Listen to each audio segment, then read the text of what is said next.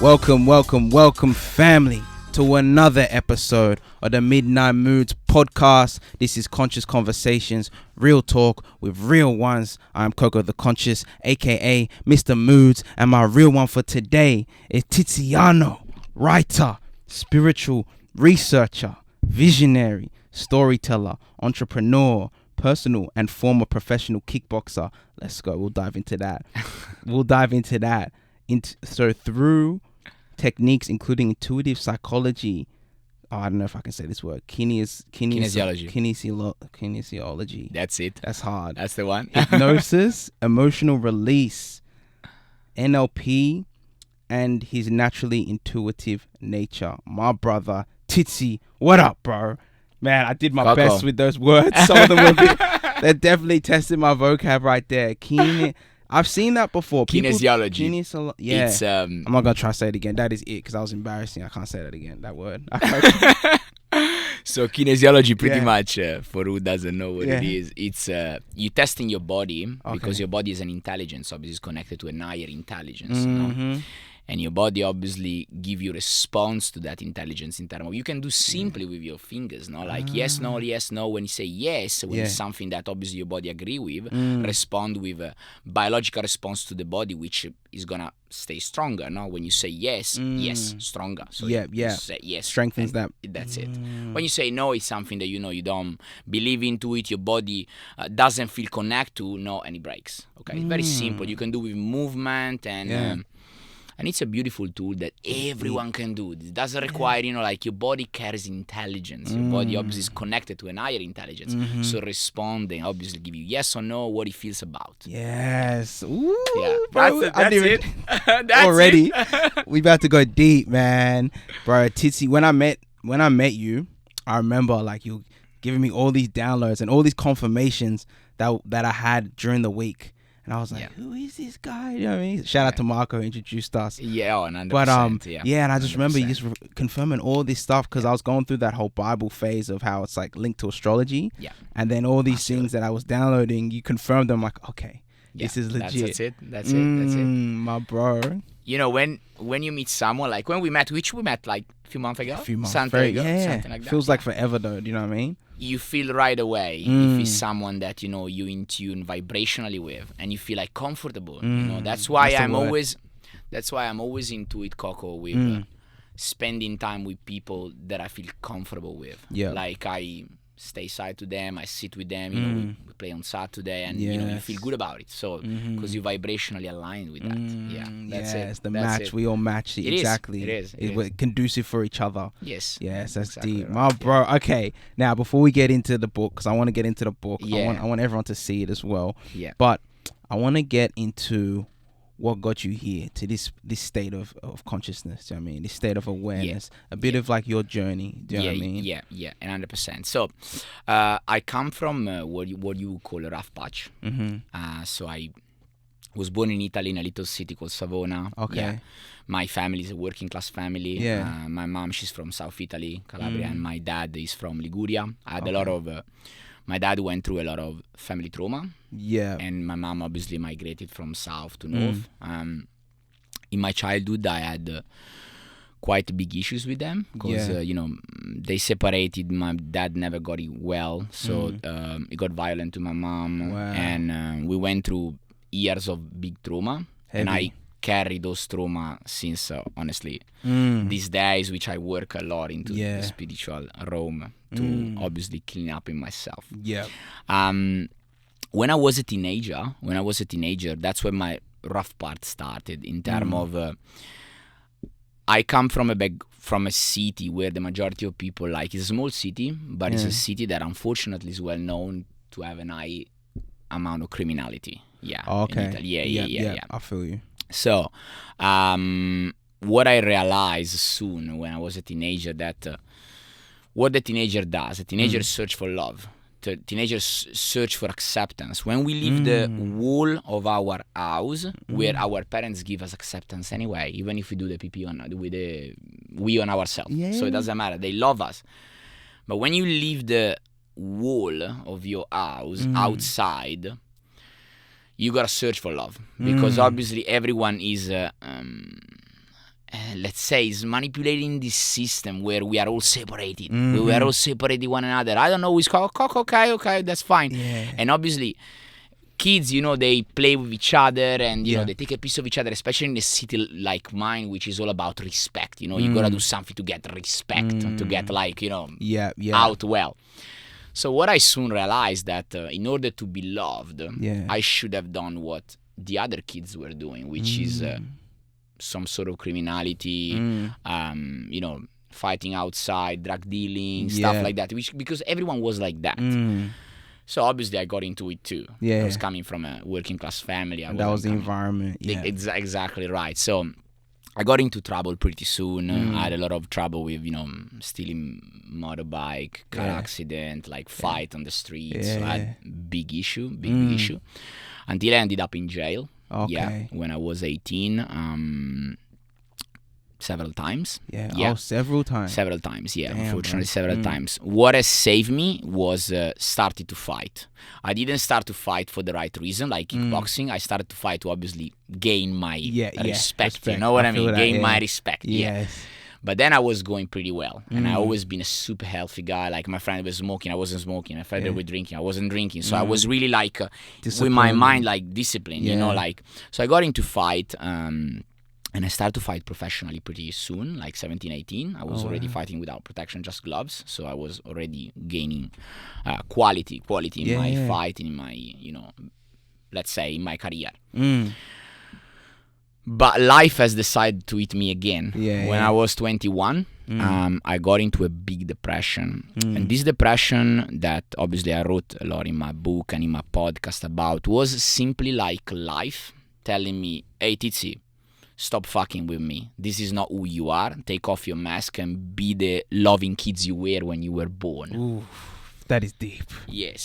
So basically, life to my avatar, my soul, and then obviously in front ahead I realized there was consciousness, try to connect with me and telling me, hey, Tizi, stop being who you are not. Take off this mask and get back to who you are. And obviously, because I was forced into that, and I was like, I kind of like to be that tough dude, like I was fighting and girls and stuff, I would obviously getting up, and I didn't want to leave that reality, and my depression was getting deep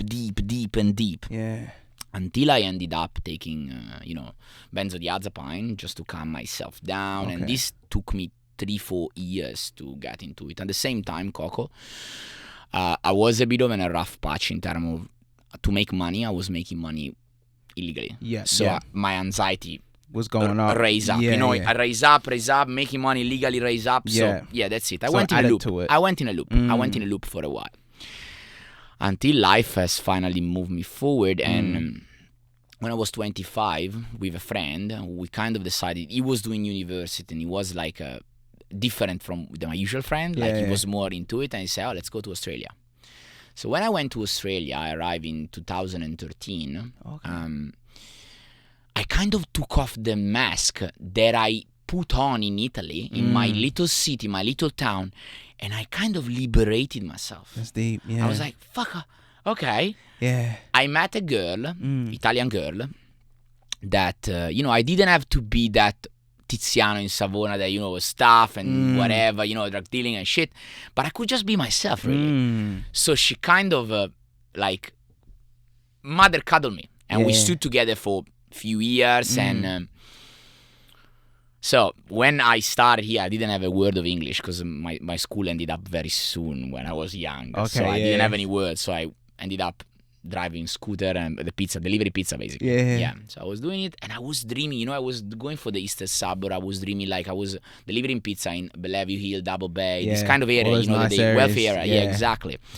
So when I was driving, I was dreaming of living off what I was good at doing, which is sport, kickboxing. So I would say, fuck, like I don't need to make money legally here. I can get paid for teaching what I know best, what are my talents, and I always had a very empathic personality. I'm great in communication, so I like to talk. I love to talk.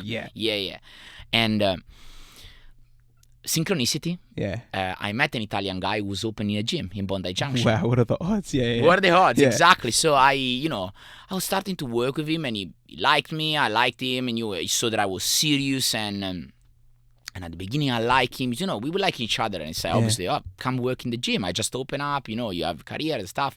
So I fought a few times again here in Australia. Yeah. Didn't go very well because actually one of the fight went very well. The other one not so well, but I was Coco still having anxiety when I had to step in the ring. So I wasn't dealing well with it, and all my talent, it was getting defeated by my anxiety. Every time I had to step in the ring, I was fighting well, but not at my best. Yeah. So, and these days I was dreaming, gotta make good money in working in the gym. I gonna charge people. Like I was seeing the gym people, they were charging a lot of money for doing PT, over $100 an hour. And I was better. I was see I'm better. I actually do better things. I'm better. And I have more history. More on the resume. Yeah, exactly. Yeah. So it ended up happening. I started to work in the gym, and I started to meet people, and my dream, Coco, was training wealthy people. I was gonna train wealthy people, celebrity in TV, and that's exactly what happened. I started to train people that they were on TV. Yeah. They spoke about me in the radio, and it was for me, I actually got into that. Yeah. Until a point where my girlfriend at the time, she met a migration lawyer because I didn't have the visa at the time. Oh, so shit. I know my life it's really into it, brother. It's into it. I didn't have a visa at the time, so I was here just with the working holiday. So I had to make the visa, and because I wasn't Coco capable to kind of work for someone else, and I always had problem with authority. Let's say, I have that as well, and we will share obviously. Yeah. Ahead of that, I wanted to find a way to just stay here but don't depend from anyone. Yeah. This guy, which is a Russian lawyer, he told me look, you can sponsor yourself. You can open a company and sponsor yourself. Whoa, I didn't know that was possible. Yeah, so that's what I did. I took the risk, say okay, let's make things work. And my girlfriend at the time, she was helping me in that. Yeah, and that went great for 2 years. Until I decided to open my own business. I invested money with this guy, but it ended up that this guy and my ex-girlfriend, they were going together. No. Yeah. Wow, dodgy. But life will always present you your greatest gift in the form of your worst nightmare. And that's exactly what happened to me. Always happens, and that's exactly, brother, what happened to me. I lost 30 grand with him because, we split up and everything. I opened another business, which was, I was importing boxing equipment from Italy, from a famous brand. I was importing here with another guy. We opened together. I started my own business. I was making great money with PT. And I had literally all my clients, they were millionaire. Literally. And everyone knew that. Everyone know that. All my clients, they were super wealthy. I was making good money, and I met my girlfriend. I met just a girl that I currently split up, but we are fantastic. Which is Ali. Still okay. And which is fantastic. Is the book I'm writing is about our love story. And we had the most amazing relationship in terms of evolution. We really mirror each other in everything, and we've been able to evolve and bring harmony to each point of attention which was not in harmony. That's beautiful. Yeah. And so I got to the point when I kicked in with her that my visa expired and they kicked me out. So at the time I bought my new car, my new motorbike. I had great money, got my apartment by myself in Randwick, and she was in a relationship with another guy. At the time. Okay. So we met, she split up with him, he canceled her visa, and I got my visa canceled. Oh, what? So. The synchronicities, bro. Synchronicity, yeah, that bro. Is intense. The synchronicity. So what happened, Coco, is that I had to leave She was staying in my apartment, and obviously she lost the visa, she lost everything, she had no money at all, like she was really at the bottom, and she's a professional dancer. Okay. So she was struggling finding contract here, even if she has a big resume. Yeah. So I went to Italy for 2 months. I had to come back dodgy in holiday visa. Yeah. Until I found a guy, like a lawyer, that he kind of told me, look, there is no chance for you to get a visa at the moment because you can't sponsor yourself. Your girlfriend, forget about, they just cancel her visa, so she's not gonna have a visa at all. Yeah. Okay, you can keep her here, but what I did, Coco, it was really like believing in what we would call consciousness and faith, because I was stepping into that The unknown. into that feeling. I was kind of being contacted. Like I was starting to get, okay, there's something more that I felt since I was a child. I never believed in the system. I always had issue with the system. I always had issue with the five sense reality. I feel there's something more. You're always rebelling against it, like innately. Brother, there is something more. And Ali, she was already kind of into that, into self-development. And what happened is that I left for Italy. I left her in my apartment. She had no visa. I had no visa. She started to speak to me about law of attraction and stuff like that. So, I always been positive, Coco. But at this time, it was more like having really faith. Eventually, my holiday visa came through. I came back. And I found this lawyer, as I was saying, that I went to thousands of lawyers, Coco, very expensive, because in my belief when I was young, like the more expensive, the better is the better. service. Yeah, that's just what we're taught. Forget about it. Forget about it. I found this guy from Byron Bay that, he was like really humble. He was like a dude like me and you, not like the typical authority lawyer, but just like me and you. That's it. He said, look, there's no chance for you to get a visa at the moment under the self-sponsorship. You need to get an Australian involved. And I had my business partner from my other business. So I created again another company, which he was the owner and he sponsored me under. And because I wanted to keep Ali here, we were in love. I kind of lied to her. I said, don't worry, babe, we're gonna find a way. And I was very positive because she was giving me load in that, and I was really in love, even if the lawyer told me there's no chance for her. Coco, 1 year after those words that I'm saying to you, so in 2017, my visa got approved. Ali visa got approved, even if the lawyer said there's no law for it. So we got both approved. She found a contract in Evita, one of the biggest musical came in Australia, the Opera House. Okay. And still now gives me goosebumps to tell you. Still now is giving me goosebumps to tell you. Wow, And it's part of what I wrote in my new book, which will be called a love story in time of awareness, in the time of consciousness awakening. Is that going to be the title? I'm changing a little bit with the word, but that's what I want to bring in. Because she sent me that message at the beginning, even if she's not as spiritual into as me, but I started to believe, and I started to work with that in spirituality. I started to get mentoring, I started to basically, Coco, break all my life, all the violence I've experienced on me, on others, on women, all my violence that, all the anger that it was in me. And I really started to, change my life and change my vision from a material world, from a 5 sense reality, which they want us to believe, and getting into more connected into my heart. Who am I? What is love? What am I here about? And this is what I dig into it the most. Until the last year, when like 1.5 years ago, when I really kicked in and I stopped doing PT and I started to do mentoring 101. So I started to work on symptoms, because I never believed, sickness were coming like from nowhere. We can dig into it. And cause and effect. There's a reason. Exactly. I started to dig into emotional pattern, and I started to study about, how people repeat certain pattern, that they come from the family, they come from their ancestor, and it's all connected, and a person lives not all his life, but is actually living the life of his ancestor, and he keep repeating pattern in this energetic loop, in this loop of time that he keep repeating. And I start to study constellation, I start to do constellation, and that, Coco, has been the most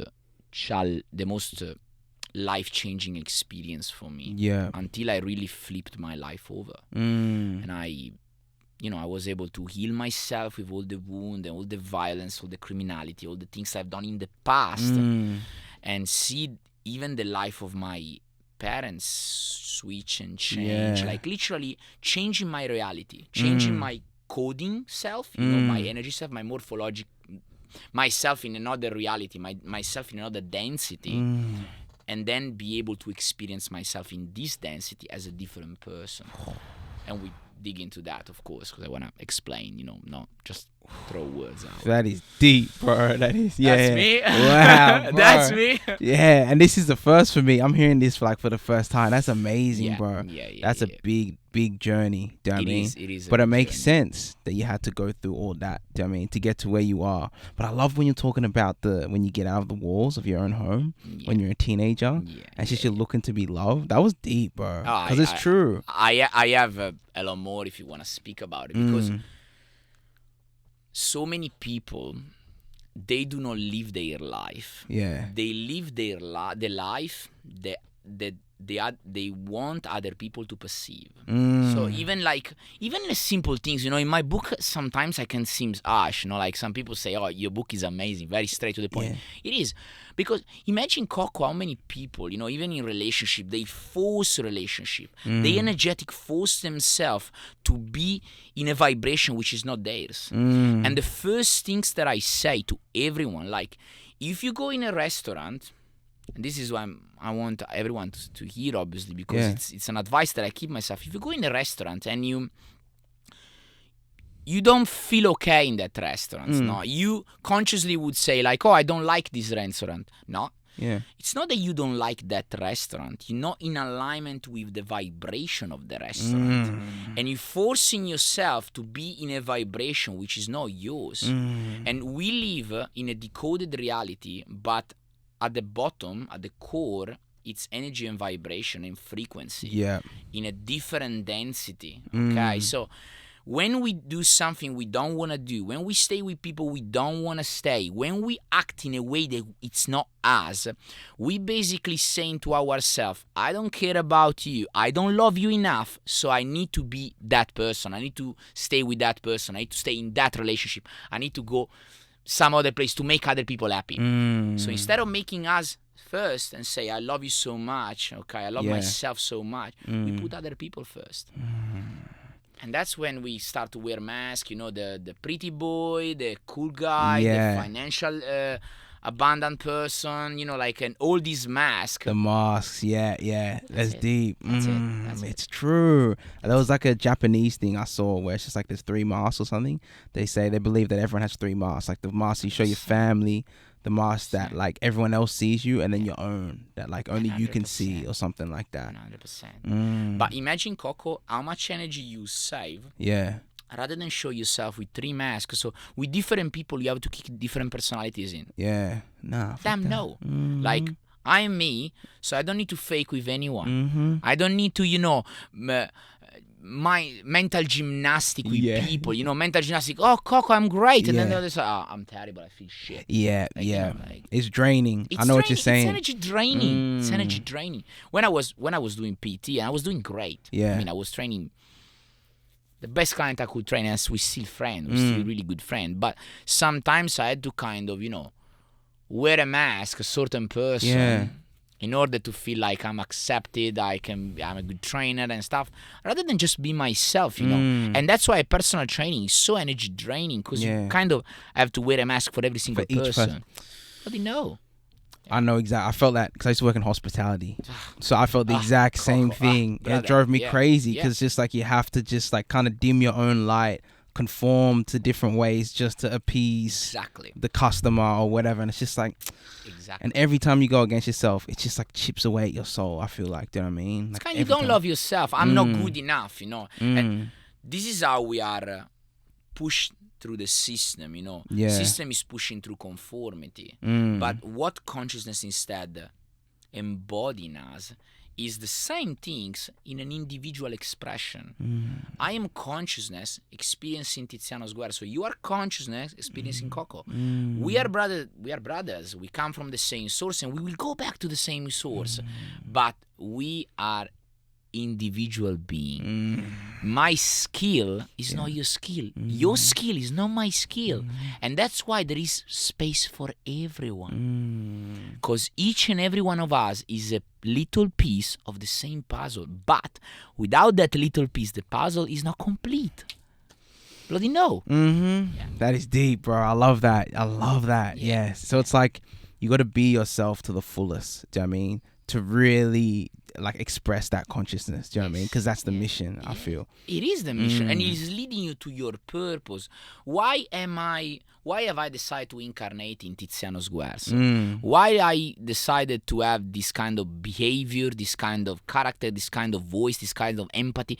Because there's some sort of mission, there's some sort of purpose I came here to fulfill, and I needed those skills in order to fulfill this mission and my purpose.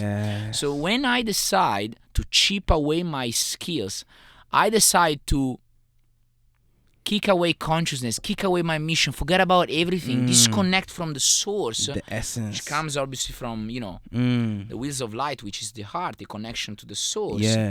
And I get into what is actually the servant. I get into the mind. Rather than the mind rationalize what the consciousness says and make it into expression, it's actually the opposite. This is ignored, and only the mind is driving the day, like what my mind says.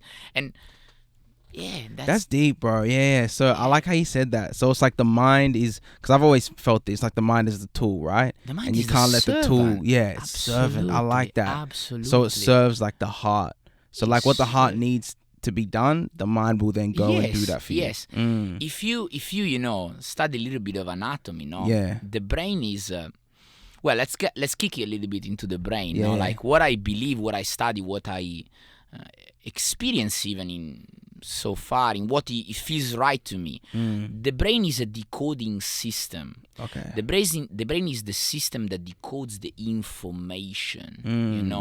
Between me and you, there's not an empty space. There's information. And human, they decode through obviously the five senses, in this case the eyes, the vision, only what is called visible light, which is 0.005/7% of what is actually all around us. And what the brain does, it decodes those information like a Wi-Fi. The Wi-Fi, it works exactly as the Wi-Fi. The Wi-Fi is based on the brain. It's based on the nature of reality. And I decode information, vibration, and frequency, and I see a bottle of water, and I see my brother Coco, and I see my phone, and I see my book, which is in alignment with my experience. But who decide what is in alignment with my experience?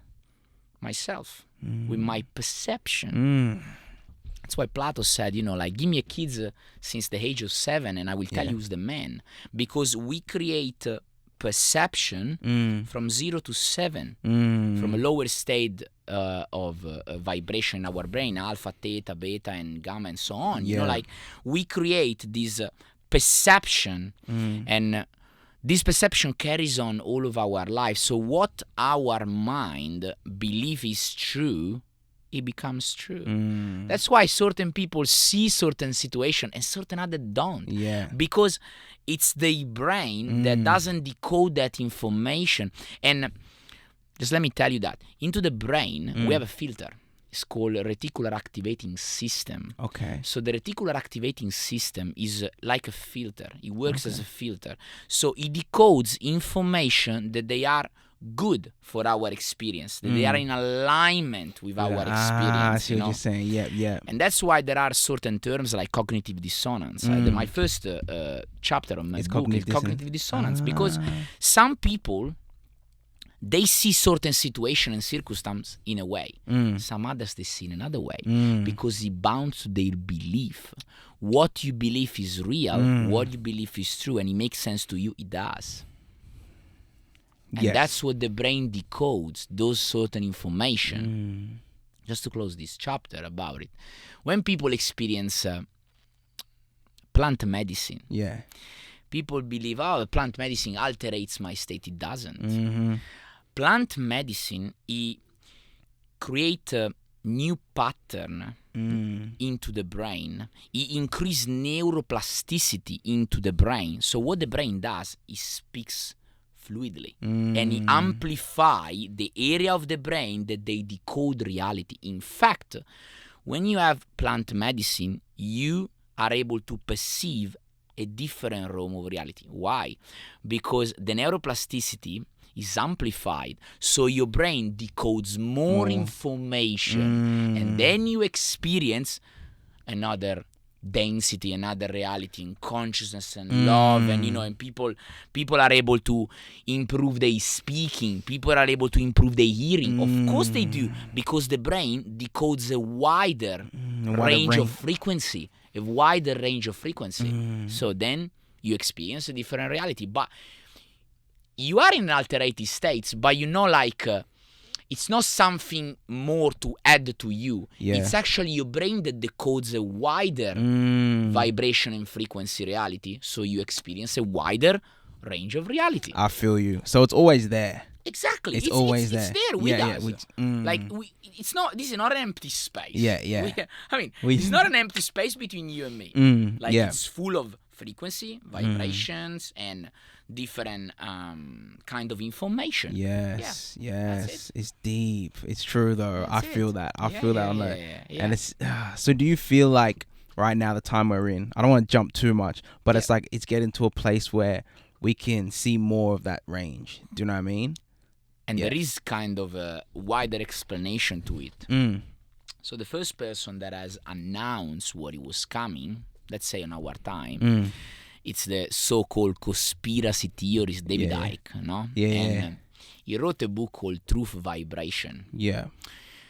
Which I have it. That book was explaining that vibration were infiltrated, new vibration, truth vibration were infiltrated into the black hole in the universe, and the sun, which is the source of energy, was fecunding Mother Earth, obviously sending those information to Mother Earth, and truth would come up. This is what was his concept, and he actually made it happen. It actually happened. So over the last 2 years, through obviously what has happened, there is this awakening, and this awakening some people call Age of Aquarius, and some people call we're entering a new cycle. We do, but why? Because there are obviously other entities, other being, other reality that they support in the awakening of humanity and the raising of vibration. When we say we step in a new dimension, yes, what does it mean, a new dimension? A new density, a new level of vibration, which is not as low, as heavy, as an emotional heavy pattern such as hate, division, and anger, and all these kind of things. But by raising the vibration and quickening and getting more harmonious and close to what is pure love and consciousness, obviously we need to let go of everything doesn't work anymore for us. So the sun is obviously working consciously, unconsciously. The sun is influencing Mother Earth, it's fecunding, is sending the seeds that they've been inserted, the information from the black hole of the universe. And there's many people they speak about it now. That is deep. David Icke said this. David Icke says in the 90s, but many people now are obviously aware of the nature of reality. David Icke has been initiated, and he's been the first one, and they were laughing on him. People imagine in the 90s. I mean, the 90s are... They'd be like, what is this guy on about? What is this guy talking about? He's deluded. What he's talking about. But now, many more people speaks about that. And if you just dig into a state of just being without doing but being and in silent, you can feel there's something changing. You can feel in yourself. Everyone is able to feel in themselves that something is changing. No matter COVID, no matter restriction, no matter nothing. But we're getting closer to an harmonious state of living, which it requires us to live every state of fear and hate far from us. And that's why a lot of people over the last year, they experience a lot of trauma and physical pain and shift in their life, because consciousness is rising. That's what I always say in my podcast. I say, guys, hold the line, because consciousness is rising. The vibration are raising, are quickening. You need to let go. And the more you hold on, the harder it is, right? Of course, it's hard because there are. We can dig into it ahead of the podcast. There are other forces that they work into don't make us do that. To hold us back, Anyone who has a slightly small awareness of what is happening, you can feel that. Yeah, you can feel it. You don't even need to research or something. Yeah. You can feel there are two states of consciousness. A distorted one, which is the South American, the Mayan, and all of those kind of population were calling Huatico. Okay. It's a distorted way of consciousness, and it wants hate, and it wants division, and it wants control, and it wants power, and so on. And then there is an harmonious state of being, which is the connection to consciousness, which want love, community, union, and harmonious state of being. Just an harmonious state of being. Harmony, Bloody harmony, It's just peace. Like that's it. Like I'm equal to you, you equal to me. You have your gift, I have my gift. We exchange our gift harmoniously in connection to our mother, to the feminine, to Mother Earth. And in gratefulness to our father, which is the sun. Yes. Simple as that, the masculine. Yes, okay, let's break that down since you went there. Absolutely. So because I've been diving into astrology a bit. I've talked to you about it and how like the sun is the masculine and then the moon is the feminine. And then, so the earth is a feminine energy. I definitely feel that, right? Yeah, so there's another big topic we can speak about, which is the moon. If you feel to do it, we speak about. So I feel the masculine is the sun, so which is the one that obviously is like in sexuality. Who's the one entering and directing? The sun, the masculine. Who's the one receiving the seed? It's the earth. But people come from thousands of years of misconception about astrology and even about the moon. Yeah. There are several books I want to advise to your audience and Please our do. audience about the moon, and then I explain, obviously, because I study the moon a lot. So the first one that I want to share is Who Built the Moon. There's a book you can buy on Amazon, Who Built the Moon. Okay, it's quite a thick book. Who Built the Moon? Is well written, and you can find a lot of truth about that. Then the other one is 2010 David Icke, Human Race Get Off Your Knees. Who Built the Moon is more astrology written about how the moon is fake. Yeah. Yeah, they explain clearly, and we go through that. I explain everything, so we go through that. The David Icke one, it's more about an understanding of the spiritual control come from the moon, and I will now share it, so in order for you even to dig into it. A lot of people, they kick cognitive dissonance when we speak about the moon is fake, when you speak about the moon generally, because they've been programmed, and I want to start for everyone to understand the 3 key words that they connect the moon. So the first key words is month. Month. So month, because the moon create time. Yes. The moon rule time. Without the moon, there's no time. That's deep. Okay. The cycle of the moon creates time. The first one is moon, a month. And from the time create money. So month, money. I'm seeing the connection. Yeah. And from money create monarchy. Oh. So the moon, it's for what I've studied, what I research, and what I advise even on the book, and what it sounds in my heart. The moon has been implanted. It's been created. It's a satellite. It's basically a satellite planet. It's the only one in our universe which is bigger than the planet itself. Attention, guys, on this, because the moon is bigger than the Earth. Okay, I did not know that. So the moon is bigger than the Earth. Oh. And there's another things to understand about the moon. The moon is not as big as the sun. Okay, the sun is almost the double of the moon, and it distantiates 150 million kilometers to the moon. But when we experience the eclipse, the moon covers the sun, because we perceive this fake, like this sort of, not fake, disrupt through our eyes, which the moon is big as the sun because it covers it. No, it's just, she has just been placed in the perfect spot to cover the sun. So the moon is not as big as the sun, and this is not me saying. If you open Google right now, it tells you immediately that the moon it's not as big as the sun. It's less than a half. Wow. But it's been placed in a perfect spot to cover the sun. Wow. In a spiritual reality, what the moon does, the sun infiltrates the earth with information.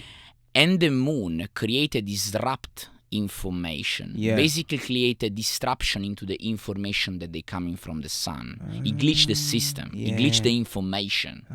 Okay. Yeah. What they have proven and what they, who study astrology, astronomy, most of all, knows that the moon is hollow. So when they try to beam something to the moon, it bounces back because it's hollow. And not many people knows that any human being on Earth is capable to see only one side of the moon. No one has ever seen the other side. Okay, so we are able to see only one side. Yeah. And on the moon, what have they been found in terms of material? They are artificial stone, aluminium and stuff like that. There's no natural stone on the moon. It's not natural. There's no natural stone on the moon. That's intense, man. Okay. Yeah. So that's deep. This is important to know and to study about. Yeah. Because even to me at the beginning it was like very cognitive dissonance. Come on, the moon is the feminine. Fuck no. And I tell you the reason. The moon can't be the feminine because the feminine is the one receiving. The moon is not receiving anything. The moon emanates disrupt frequency. So she's emanating. She's not a feminine because the feminine receiving like it doesn't require anyone to understand that the feminine is the one receiving the seed. Okay, same is the earth. The earth receives and creates nature. The sun sending his seed and his information to the earth, and obviously the earth No, that makes sense. And because like the feminine, right, that's like nurturing, like creation. Exactly. There's nothing on the moon. What's moon, it creating? The moon doesn't Where's create the color? Where's the, the flavor? Like Earth, if you look at it, it's got all that. That's what I mean. That's deep. That's what I mean. That is deep. One more thing about the moon, because, people have to dig into it. Yeah. If anyone research about the first population on the Earth, and we're talking about the life meant to start in Africa, there are already research and about DNA and stuff that the human being belongs to one woman in Africa, thousands and millions of years ago. Yeah. So everything started in South Africa. What is called the Zulu people, and one of the first shamanic tribe is called Sanusi. Okay. So they call Sanusi, and the Zulu people, which the word Zulu means children of the serpent, and here we connect to the to what Zakaria Sitchin has taught us. Like he's an international. He died in 2009, 2010, but he's the biggest. He decoded what they found in what was Sumer, in what was Babylonia, which is these tablets about the Anunnaki, about these gods come from the sky and created human being, and Enki, Enlil. And Nikaragat, the chief scientist which created. It's all the story on books, so they everywhere. You can read Zakaria Sitchin, and I did it. So there are a lot of explanation on those tablets that they've been found. I think they've been found in 89, like something like that. He then did the work between 1945 and ahead. So then because he was the only one who was capable to translate ancient Sumerian, Hebrew, and stuff like that.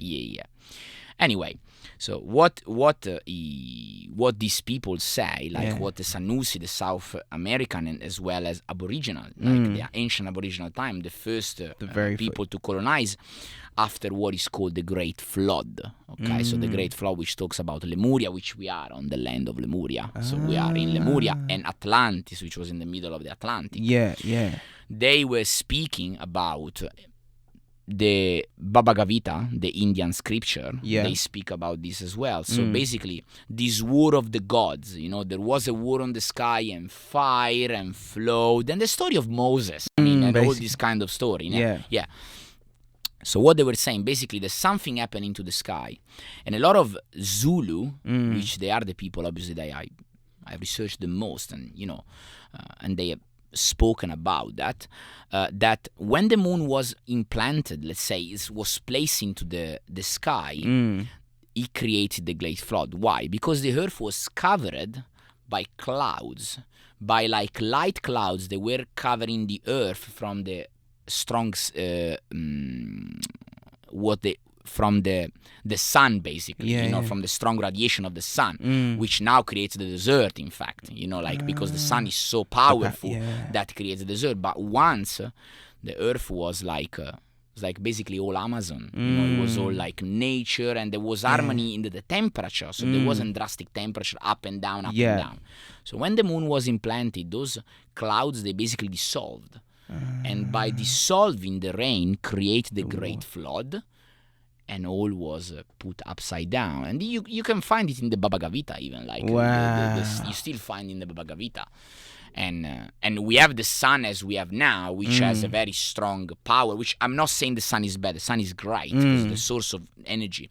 But it creates an extreme weather, because it goes season. Who creates season? The bloody moon. Yeah, true. Because it goes the season, True. People kick cognitive dissonance because there is sort of a calendar called Mayan calendar, which I have it, by the way, and I believe the Mayan, they have great knowledge about everything, and it's true that the moon rules what is called what it was before the Gregorian calendar. The Gregorian calendar is the commercial calendar, but the moon calendar is what the earth, the original. But the Mayan, it was a civilization which was seeded by the serpent control, the reptilian control. That's why the Mayan, the Azteci, the people, the Aztec from the South America, who were worshipping Quetzalcoatl. Who is Quetzalcoatl? He's a serpent god.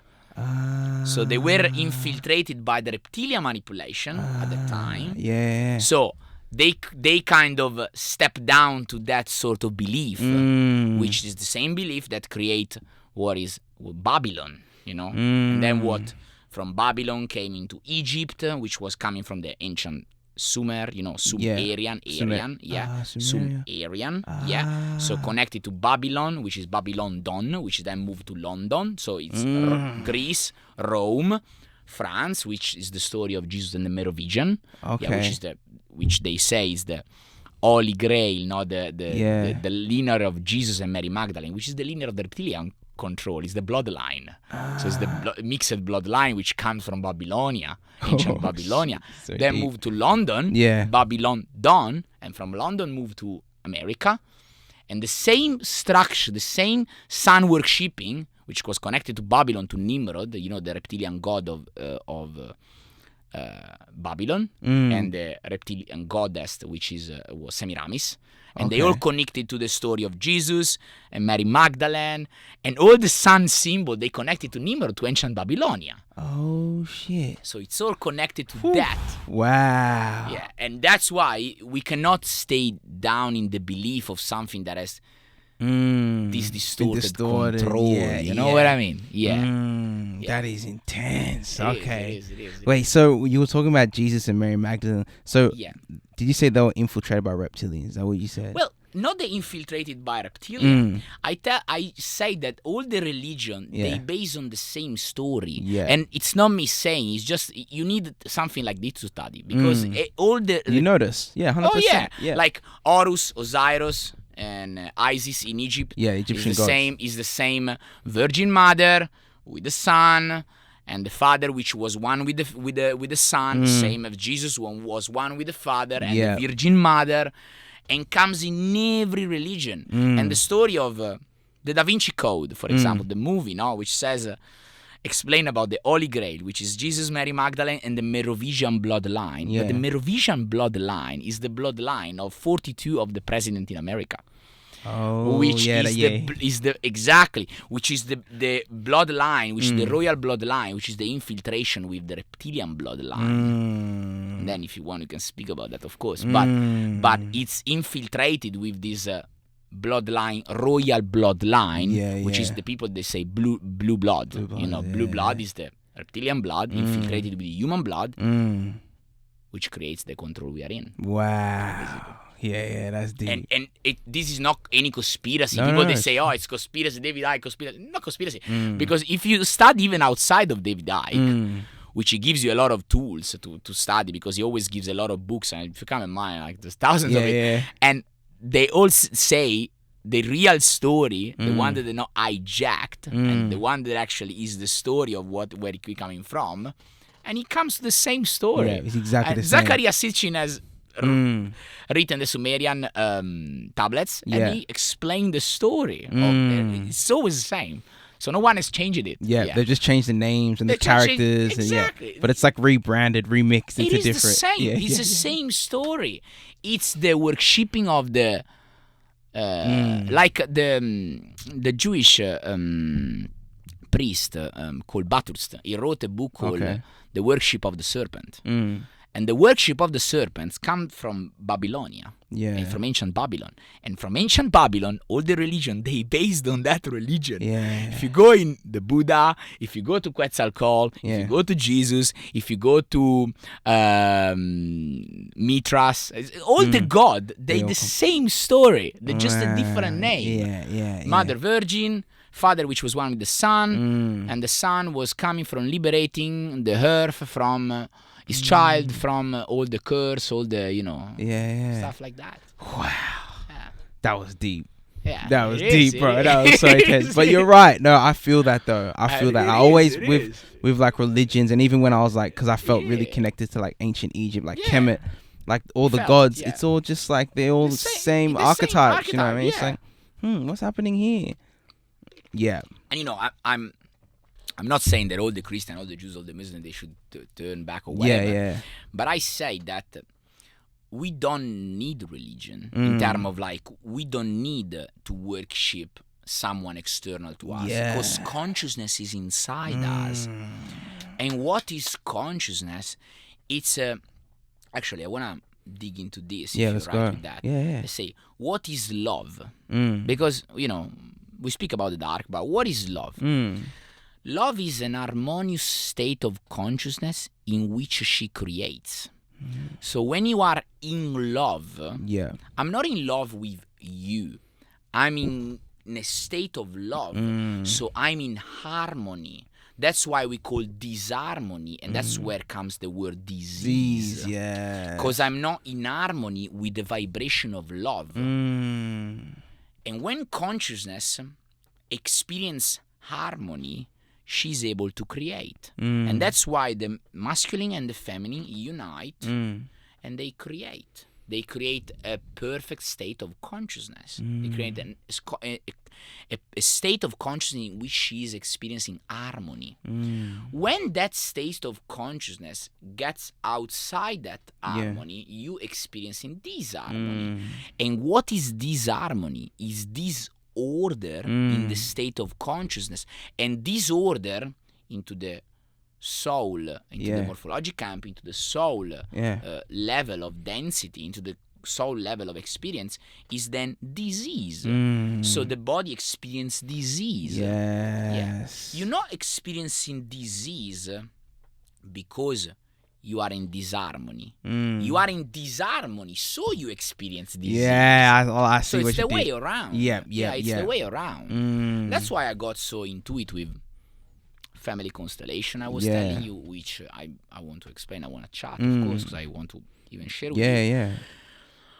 And the order of love, because it makes sense from every angle you want to look at it. From every angle you look at it, what is love? Love is the state of harmony in which consciousness experiences itself, and there is an order to it. That's why I got into this work, which is family constellation, which was let's get into the family constellation. I want to. Family constellation was firstly discovered or named by a German psychologist called Bert Hellinger, which is the creator of Hellinger School. What Hellinger discovered by living with the Zulu in Africa, because Hellinger was sent to Africa and living with the Zulu. He was living with the tribe. And by the way, I spoke with yesterday, fun enough, with at Israeli, with some Aboriginal people. And fun enough, I brought up this concept. Then I want to share what they say. So when consciousness experiencing disorder, he manifests into the lineage. And what does it mean? It means that what Ellinger understood, that the people, those Zulu, they were never getting sick. There was no sickness, cold, the fact they had no vaccine, no nothing. They were sent to the bloody to do everything, and they were never getting sick. Big sickness, small sickness, not getting sick. And he understood there was an order. I am the second wife of Bill.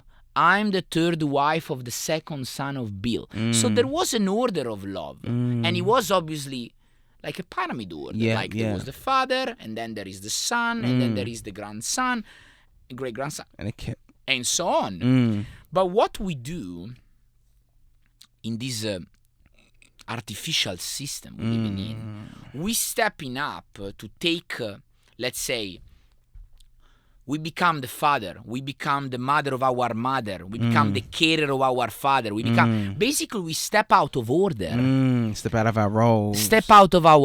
Exactly. And not only, when we step in a disharmonious state of being, like we stress all day, instead of walking bare feet, grab an apple, eat, we start to experience stress, anger, hate, division. Consciousness experience disorder. So she's no more in harm, she or he, because it's not there's no sex to it. The void, there's no sex. But it experiences disorder, disharmony. It's no more in the harmonious state of being, the purity that she is created from, or he created from. She's just in disorder.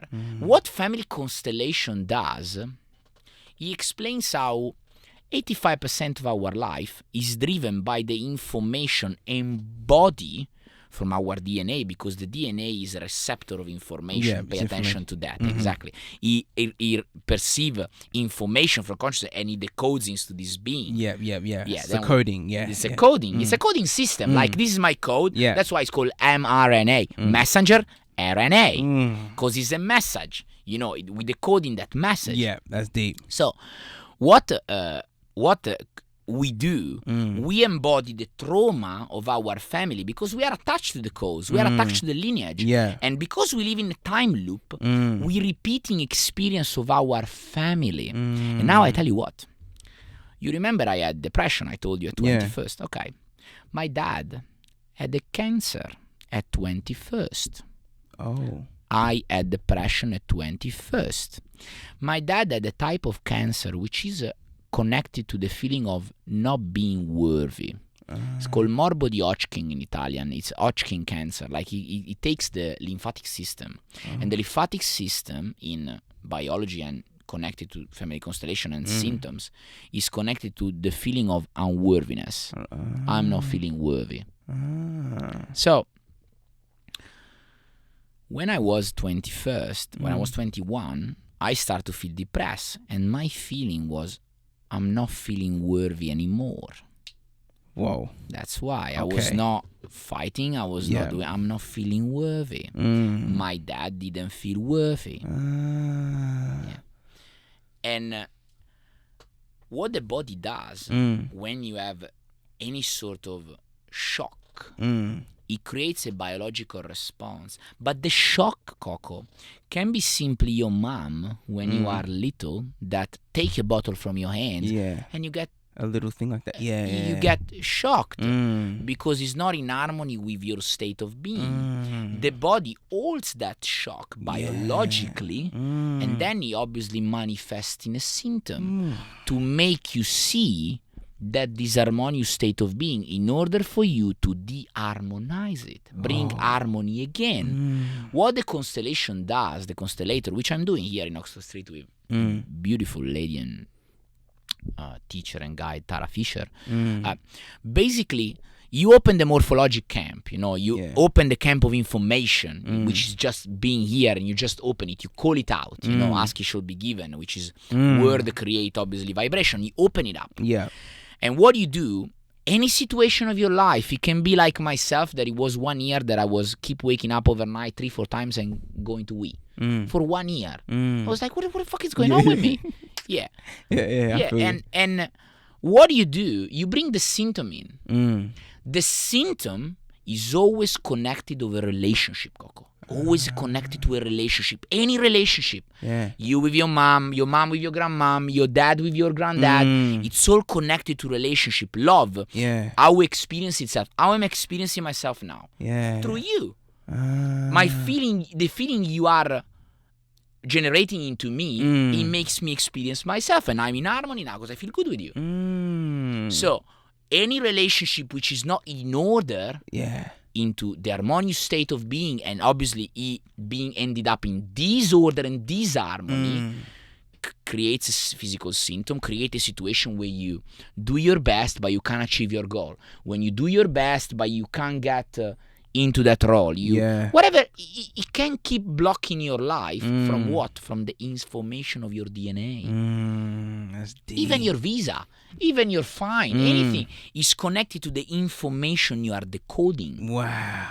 So when you harmonize, you harmonize on a soul level, which you harmonize on an emotional level, which you harmonize on a mental level, and you harmonize in a physical level, and you experience harmony in your life. Wow. That's so family constellation. Yeah. Wow. That makes a lot of sense, though. It does, because they call it. There's like, is there other words for like generational curses and all that? Generational curse. Yeah. Exactly the same. When we little, we make a contract. In our mind, we make contract with our mother, and it happened to me. Like, Mom, I take you bad. You know, when my dad like was being violent to my mom, Mom, I take over. No, I embody your pain. Mama, I do it for you. So you do soul contract because we are one consciousness experiencing each other. So separation's an illusion. Separation is an illusion. Love is everything there is. There's nothing else. Everything else is an illusion. It's a disharmonious state of being which doesn't exist. It's been created artificially. But love is what it is. I'm you, you are me, I'm him, he's you. Harmony. That's what I always, when I work with my client, like, I have pain on my knee, I have pain on my shoulder, I have pain on my chest, I have pain on my hand, whatever pain there is, okay. Obviously, each part of the body tells you what you're speaking about. Like, there's obviously, there are books that they talk about that. You start to understand what the shoulder speaks about, the foot and the knee. But eventually, the first things to do is, okay, what does it remind you? Where it comes from? Which is your state of being when you think of that? Tracing it back, Tracing it back until you reach a trigger point. And that trigger point, it's what manifested into the physical reality, which is not physical. Yes. Whoa, these family constellations, bro. It's powerful. I want you in one. I need to do one, because that is you swap your life. Like, to me, like, I've done 8 in 1 year, 8 something like that. I want a private with Tara, but I've done 8 in 1 year. They flip my life. Wow. They flip my financial life, my purpose life, my sexual life, everything. But it makes sense because everything's coming from the DNA, right?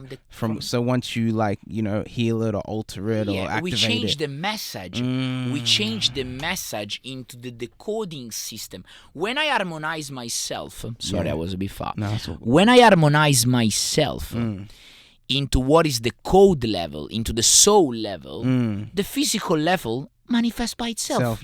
Because I don't have to do nothing. The physical. Because it's nothing. There's no matter into the universe. Even scientists, they say that. It's all energy. What is an atom? It's a nucleus. It's a protons and neutrons that they go around the nucleus. But where is matter in that? There's no matter. There's a nucleus. It's protons, they turn around it. There's no matter in that. There's no matter. It's all energy. So like the physical is just the effect of what's happening. The physical is the effect, is the manifestation of the code. The code, what is the soul, which trace back to obviously consciousness. Consciousness, soul level, which is consciousness inside a specific body or specific persona or a specific code. It's consciousness experiencing itself indefinitely. Indefinitely. Wow. And you feel it. Like, people don't need to know, cheat or read books. You feel it. I mean, really? Like, do we really think that we come here from 0 to 80 and the city's done? That would be very boring. No way. It was very boring. But see this, Coco. Yeah. It's another alternative state of being which holds you in what? In fear. Yes. And what is fear? What is hate? Mm. What is evil? Yeah. Evil is the absence of love. And love is the absence of evil. That's it. Evil's to live backwards, right? If you spell it, it's live backwards. Live backward. Yeah. And look, this is interesting what you said. In this reality, which what the archons call archontic reality, and it's not coming from me, it's not coming from David Icke, it's not coming from all the other people they speak about something called conspiracy. Yeah. It comes from the book Nagamadi Library they've been finding in Luxor, 40 kilometers from Alexandria in the 45s. Yeah. And what is written in what they are the archons is an alterated state of being, which is an alterated state of consciousness, and it's connected to Watiko, which is an alterated state of consciousness, which is opposite, is flipped over. And that's why you have, a system which doesn't look after people, but it look to gain from people. Yeah. And everything is opposite. And the words, if you study the words, which is called etymology, there you are, which is called etymology. The word, they lead you to the truth. They lead you to the real meaning. So do, exactly. And all the look at the state of consciousness called Satanism, okay, which is the draconian, by the way. The Satan is based on the Draco reptilian, this race, Anunnaki, they call it, come from Sirius and so on. The pyramids, they're in alignment with what? With Sirius, okay, whatever. The Draco reptilian, what is called Draco reptilian, which is the Satanism, it's inverted symbolism. Everything is inverted. The cross, it's inverted. It's everything upside down. Everything's in reverse. It's everything upside. I was talking with this Aboriginal lady yesterday, very nice. I'm not calling Aboriginal, this person from this land. But anyway, she was like a native, of course, and she was very intelligent, very intelligent. And I was speaking about these things because I see she was in tune, and she said about the order. He says, absolutely, in our lineage there's always order. Tribe, there's respect and order. There's based on order. Like everything is based on order, and we've been heal ourselves with the fruit of the earth for bloody thousands of years. We don't need whatever you give us, because this is how we heal ourselves. And I understand, from someone grow up in the Western society. Cognitive dissonance kicking for sure. Because obviously, what's she talking about? Everyone has the cancer and we gotta cure and whatever. And it's okay, it's fine, because everyone, I grew up in the West Society as well. But we gotta be a little bit open-minded. Have to be. To accept even another way of being, another way, another reality. And, this is attached to what I've been present yesterday, the rally for freedom and stuff. Freedom is not a choice, it's a birthright. I'm not choosing freedom. It's my birthright. It's a right. So if I want to take whatever I want to take, I can. But if she doesn't want to take, she's free to do that. She doesn't have to be forced to do that. Yeah, that's it. I'm in total agreement with that, bro. Yeah. And you know what? I love how you said freedom is a birthright, because I always just said it to my mom, because it always used to make me annoyed how you have to pay for water and food and all these things. And I'm just like, the earth gives it to us for nothing. Do you know what I mean? All it asks for is to give back in whatever way we can. Do you know what I mean? Whether it be offerings. Like I said this on another podcast, but if you eat a watermelon and the seeds, and you actually don't shit in a toilet, you shit in nature. Do you know what I mean? Those seeds go into the soil and then they just grow. So you technically give back through. So everything's even backwards. So because we're not shitting on the earth anymore. We go into a toilet, so it doesn't actually come back. So you break a cycle. You touch something very deep, and I wish to speak about something. Yeah, go ahead.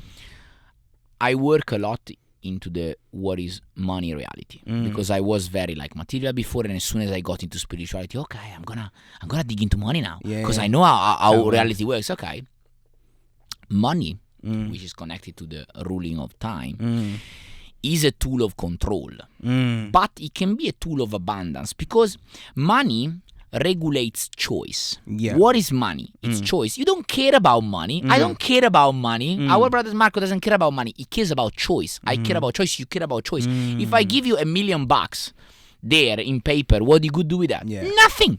They're worthless. But they help you by choice. Okay, so what this system, artificial construct, archons, and whatever you want to call, it's based on control. Yes. So money is a tool of control, which is created from nothing. Money is technically comes from, I swear that I pay you 50 this, it's and not, there are 50. That's it, I give it to you. Now there's not even a touch nothing since Nixon they touched the gold. Forget about it. And there's a big story behind, but we have to register for 10 hours. But money still manifests exchanging of energy. Yeah. And what is, Coco, this is a question I want to place to you. What is the biggest abundance you have? The biggest abundance I have? Like everyone has. You, me, him, the people that listen to us. Life, I say. Just being alive. Uniqueness, individuality. There's something that Coco does and Tiziano and all the other don't. Yeah, that's deep. And that Tiziano, there's something that Tiziano does and everyone else done. But if I make you conform, I break your gift and I break your energy of exchange. So you dig into my energy of exchange, which is money, which is worthless, and you do what I say if you want to have choice. Otherwise, no choice. So the biggest abundance which everyone has and everyone says energy. But what is energy in each and every one of us? Individuality. There is a skill that Tiziano has and Coco doesn't. But there is a skill that Coco has and Tiziano doesn't. Yeah, I feel so this is your abundance. And that's why we are, since young age, since 6 or 5, now even 4, it's ridiculous. But if you get into a system based on conformity, you lose your uniqueness. You lose your energy of exchange. That is deep. You lose your energy of exchange. And that's why everything I do, everything, and I can, go down in my banking account, go up, doesn't matter. Everything I do related to money, which I work with a lot of people. The majority of people come from me to work with money because I always speak about that, in my account. So I speak a lot about that. Because money just manifests an energy of exchange, which is connected to an energy of control as well. However, and then we can even go back to bank system and stuff, but however, it's still an energy of exchange. How do you gain that energy of exchange? Through your individuality. If you dig into your individuality, we give you our gift because we need your individuality. I have 10 lemon, you have 10 bananas. You gain the 10 bananas by sharing your individuality. I give you my 10 lemons and we exchange. We exchange. Like a community-based... the barter system, right? You bet on that. Absolutely. That is powerful, And money's currency, right? Money's and that's energy. Currency is energy, exactly. Yes. And, that's like pretty that, much though, it. Our individuality, And there's another thing attached to money. Money, and I want to share because it's important for everyone. Money, what is money? Money manifests how energy of abundance flows in you.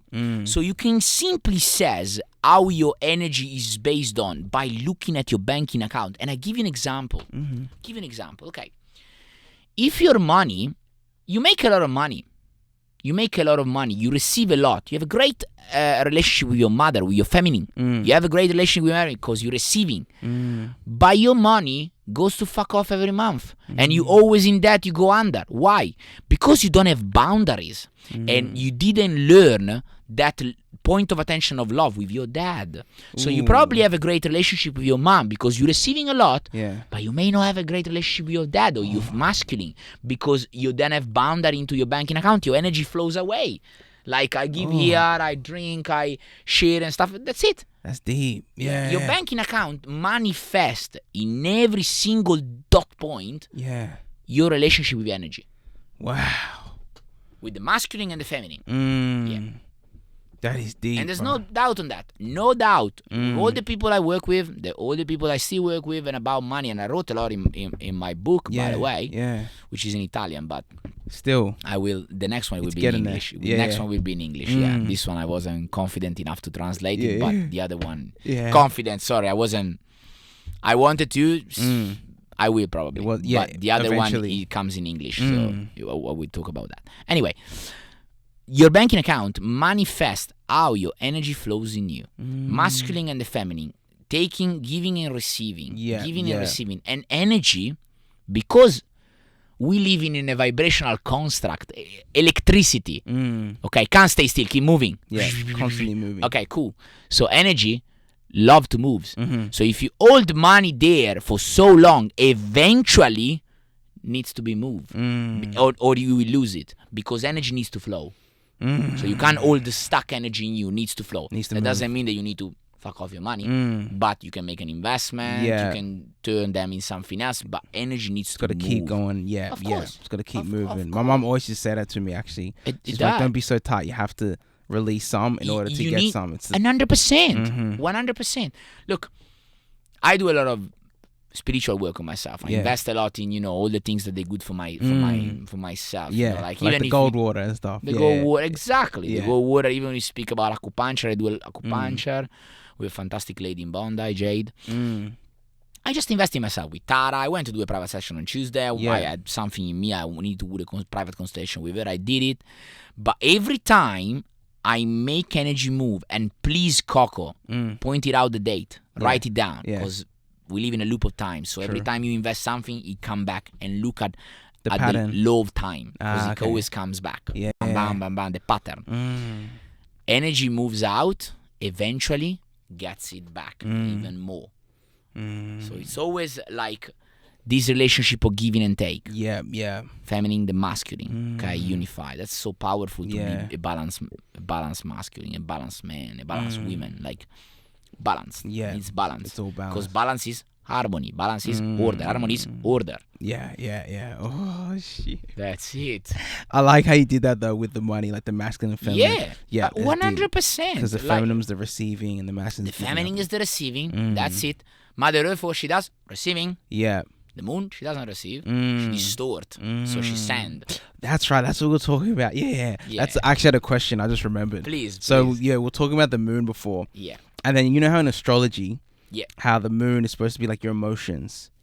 So I was thinking, you go. She bloody is, and I tell you what, the moon, she's not your emotion. The moon traps you into your emotion and into your mind. So it disconnects you to consciousness. And I'm saying, guys, write it down.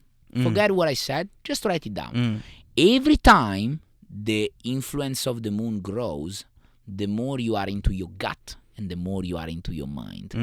When the moon goes flatten and she change, she release this control and you step forward. And I tell you, Coco, please don't believe me. Take a paper and pen like I did, and I can show you and write it down. The more the moon grows, the moon traps you into your gut and into your mind. If you look at the percentage of people that they got suicide, murder, crime, when there is the full moon, it's at its peak. Highest, Why? Because people are into their emotion, into their mind. When the moon comes down, called retrograde, when she like a new moon, and there is less influence, people say, oh, new moon kicked in. No, there's no her influence on humanity, so you step forward. That's deep. And there's no distorted influence on humanity, on the soul. Wow. But the influence of the moon is fake. Those emotions, we feel it, they fake. Those mind thoughts, those preoccupations, those worries, they fake. They artificially create by this distorted vibration. But when she goes down, she goes flatten, we move forward freely. In fact, when there is a full new moon, you always feel better. Always when there is the flip of the moon, you feel better because the moon, she has no strong influence. the moon is new moon reborn, so she has little influence. No, that is true. And then grows. That is so true. Please don't believe me. Please don't believe me. Just write it down and experience yourself. Because I have the next full moon is an eclipse, right? It's an eclipse. Yeah, and exactly. it's in Sagittarius. Sagittarius, yeah, my sign. And that's my moon sign. And new moon sign Sagittarius. Yeah, okay, so like, and the last eclipse that Yeah. was in Sag moon, it hit me hard, bro. Hit you are, yeah. So hard. I was like, I didn't know who I was for a sec. I was like, what is wrong with you, bro? And then it wasn't until I did a reading the next day, and then she explained that it was in Sag, and I'm like, okay. And she's like, that's why all this stuff was happening. The moon amplifies the dark side, let's say the emotional and the mental side of that cusp sign, no matter where she is. But she amplified the emotional and mental pattern on that. And you know, astrologists, all my best friends, they were astrologists, and they're like, what are you talking about? Okay, don't believe me. Give it a trial. Feel. And you know what? Wait another 50, 60 years and you see what comes out. You see what if not coming out. That. Coco, first I read it, it sounds straight away. Then I read this book, Who Built the Moon, and it was all completely explained very well. You can buy it on Amazon, very simple. And Human Race Get Off Your Knees from David Icke. It's a great book and it speaks about the moon matrix. And that is exactly what's happening. The moon matrix, You're saying the monarchy when you said the monarchy, three. moon, monarchy, and month, money, and monarchy. Yeah, because it's all related to the time. The moon is the only construct of time. We don't have any time. We don't have any time. True. Yeah. The moon rules the time. It's the crazy seasons. Exactly. If you go back to the moon matrix and you connect Coco to all the festivity, all the celebration of Christianity, for example, is Christmas. Okay, Christmas. Let's talk about Christmas. Or let's talk about Easter. Whatever you want to talk about. Yeah. They connected to certain point in time, connected to the sun. Okay, which is based on the time that the moon creates, because the sun has 3 point in time in what is called year. The time where is at the lowest, which Jesus stays in the cave and he comes out of the cloud, like the Christian Bible saying, and he came out after 3 days. Perfect. The 21st of December, it's when the sun hit the lowest peak, okay, which is called, is a worship day in Egyptian religion, or in Egyptian. The Egyptian, they were worshipping the 21st because the day of darkness. It's that the moon is the sun is at its darkness in the north. Okay, in the south hemisphere is at its peakest because it's opposite. But anyway, Egyptian they were. I was born the 21st, so the sun is at its lowest. Then it takes 3 days of death, 22nd, 23rd, 24th, and then he reborn. Like Jesus, which was born, the sun was born the 21st of midnight, and that is called Christmas. And in ancient time, it was called Saturnalia, because in the cusp of the zodiac, who rules time is Saturn, and he rules authority. That's why the majority of the Masonic sign, of all the sign worshipping and stuff, they all based on Saturn, because the black cube, for example, on the Mecca, that is the sign of Saturn. The black cube, because he's ruling, authority ruling, and he rules time. In fact, the Greek god, which was worshipped as time, was Kronos, which was based on Saturn, Kronos and Saturn. Which is this man with the beard and so on. So all the ancient legend, which they were worshipping the astrology, which is astrology is obviously the energy imprinting in which we live, the energy we live in.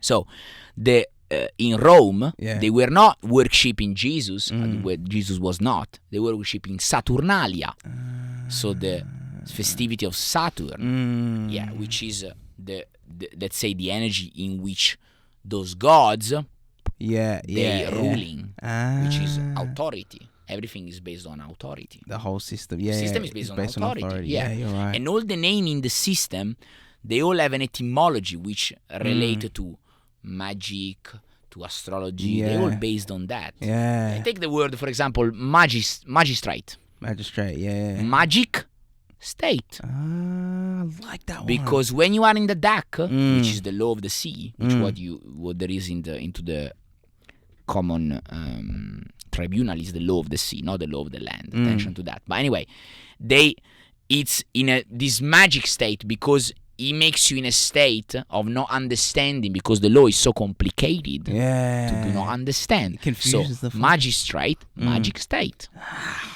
There it is. Oh, that's intense. I felt that one. I like that one. Yeah, that's deep. Ooh. It's all based on etymology. No, it is. It's all based on etymology of the word. You understand everything from words. That's what woke me up. Because I'm always writing and I'd be like seeing words. I'm like, wait a second. This word's similar to this word. I'm like, what? Absolutely. You connect the dots and you're like, this sounds like this. Okay. Bro, I was saying this to someone the other day. I think it was yesterday. But there was this thing on, what was it? IG, Instagram. And she was talking about she was translating the English language. Yeah. And she spells it translating. State of trance. Yeah. And she was talking about, morning and wake and earning a living. And then she even went into the weekend and the weekday, how it's weak. Yeah. Do you know what I mean? And it weakens you by the weekend. Yeah. And I'm just like, it's that deep. Like it trickles that deep. Because I knew morning and stuff. Very interesting what you just say. But look at this. Yeah. What is the day worshipped by the Christian? Sunday. The day of the sun. What is the day worshipped by Judaism? Saturn Day. The day of Saturn. It's literally based on astrology. Everything is based on astrology. Yeah. Monday, the day of the moon. Moon day. Tuesday, which is in Italian is martedì, is the day of Mars. Because it's the second one. Mars. Okay. The god of the war. War is related with Mars. Yeah.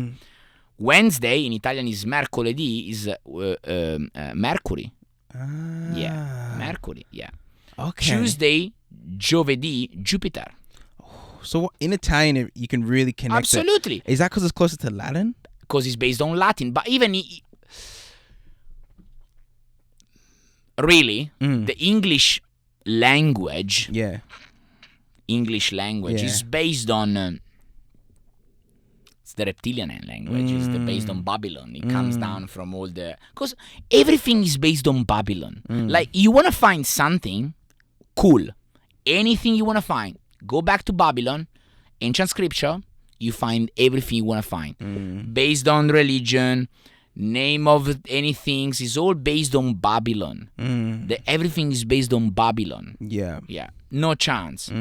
All the ancient symbolism is based all on Babylon. Yes. And this is another important thing.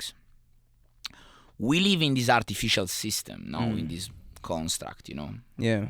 External to what is conscious awareness and connection to love. Try to, but we are awakening. Yeah.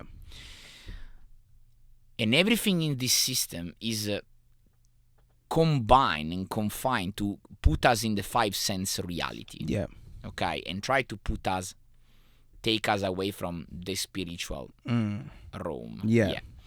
But everything in this system is all based on the Babylonian system, which started with authority, and and all the words, all the symbolism, they based on that, because who placed those symbolism knows the nature of reality. If I put, this is important, if I put a symbol to that, for example, obelisk. Yeah. Obelisk. There's in all the Masonic seat in the world. Each and every one of us. I tell you now. Obelisk is a sign of what?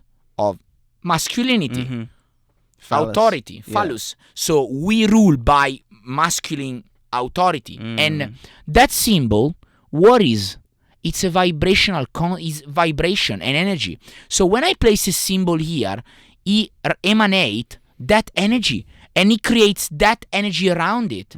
So all the symbol that you see around, any symbol is based on a vibrational a certain frequency. If that frequency is distorted, like ruling by authority, for example, the Statue of Liberty is being given by the French Masonic to America, and she symbolized God Semiramis, which is come from Babylon. Even on the old Babylon coin, there is the Statue of Liberty in millions of years ago, and the Statue of Liberty is being given by the French Mason to America, placed in New York. And I guarantee you that statue, it doesn't express liberty at all, because Semiramis, she was the goddess, the reptilian goddess, and he expressed that distorted feminine. What is a distorted family, Coco? Manipulation. Manipulation. And look at that. What she's holding. What is that? A torch? What's a torch? What symbolizes a torch? Nimrod, the god of Babylon.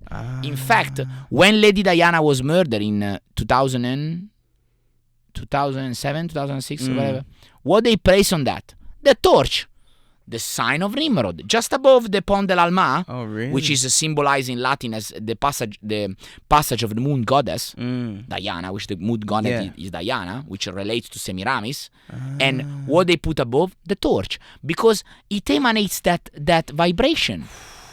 It emanates that vibration, and the people that they around, they absorb those vibrations. Simple as that. And it's not, it's not. This is not a conspiracy or nothing. It's just ancient history. If you look at history, if you look at Babylon, that's it. If you look at Babylon, that's it. You see everything connected to it. The Statue of Liberty doesn't represent liberty at all. It's actually the opposite. And it that's like what you were manipulation. saying. So you're saying how everything's inverted. Everything is inverted. Exactly. That's deep.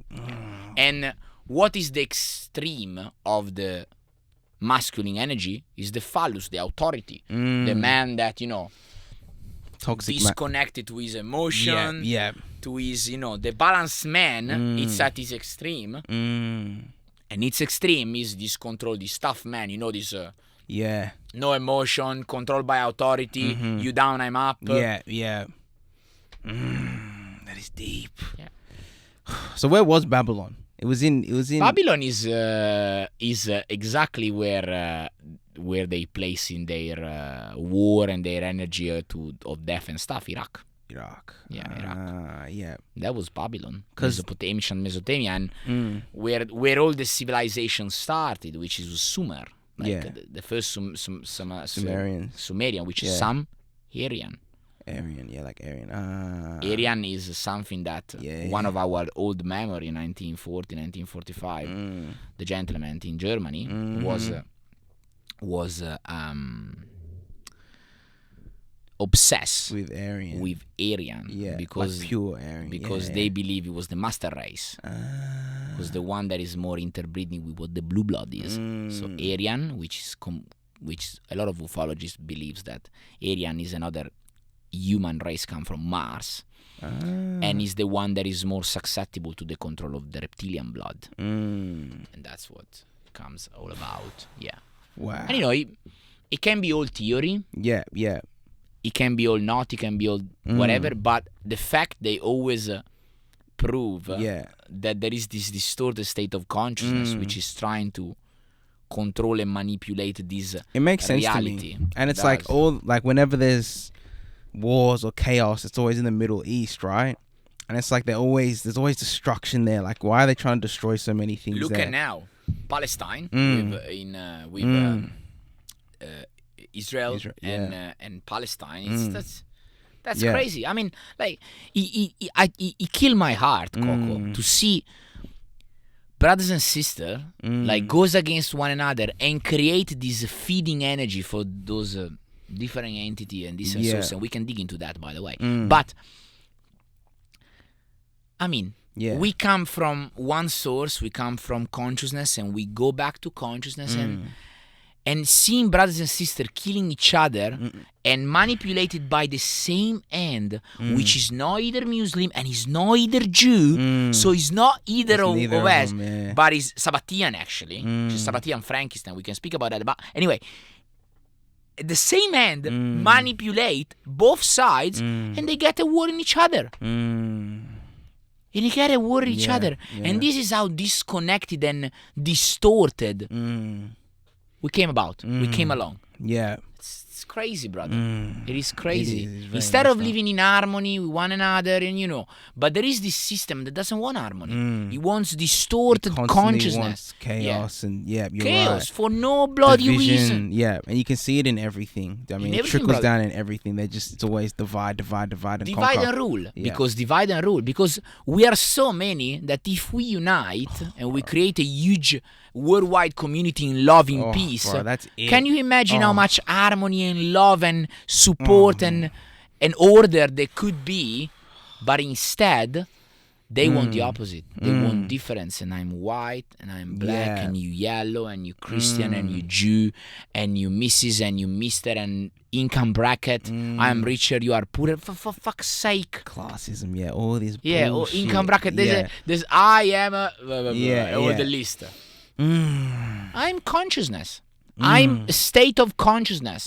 Experiencing myself in this density, in this little experience of how many years? As Tiziano. Yeah. You're experiencing as Coco. Yeah. Whatever it is. And then that's it until the next one. Until the next one. And it's all this is all about. Yeah.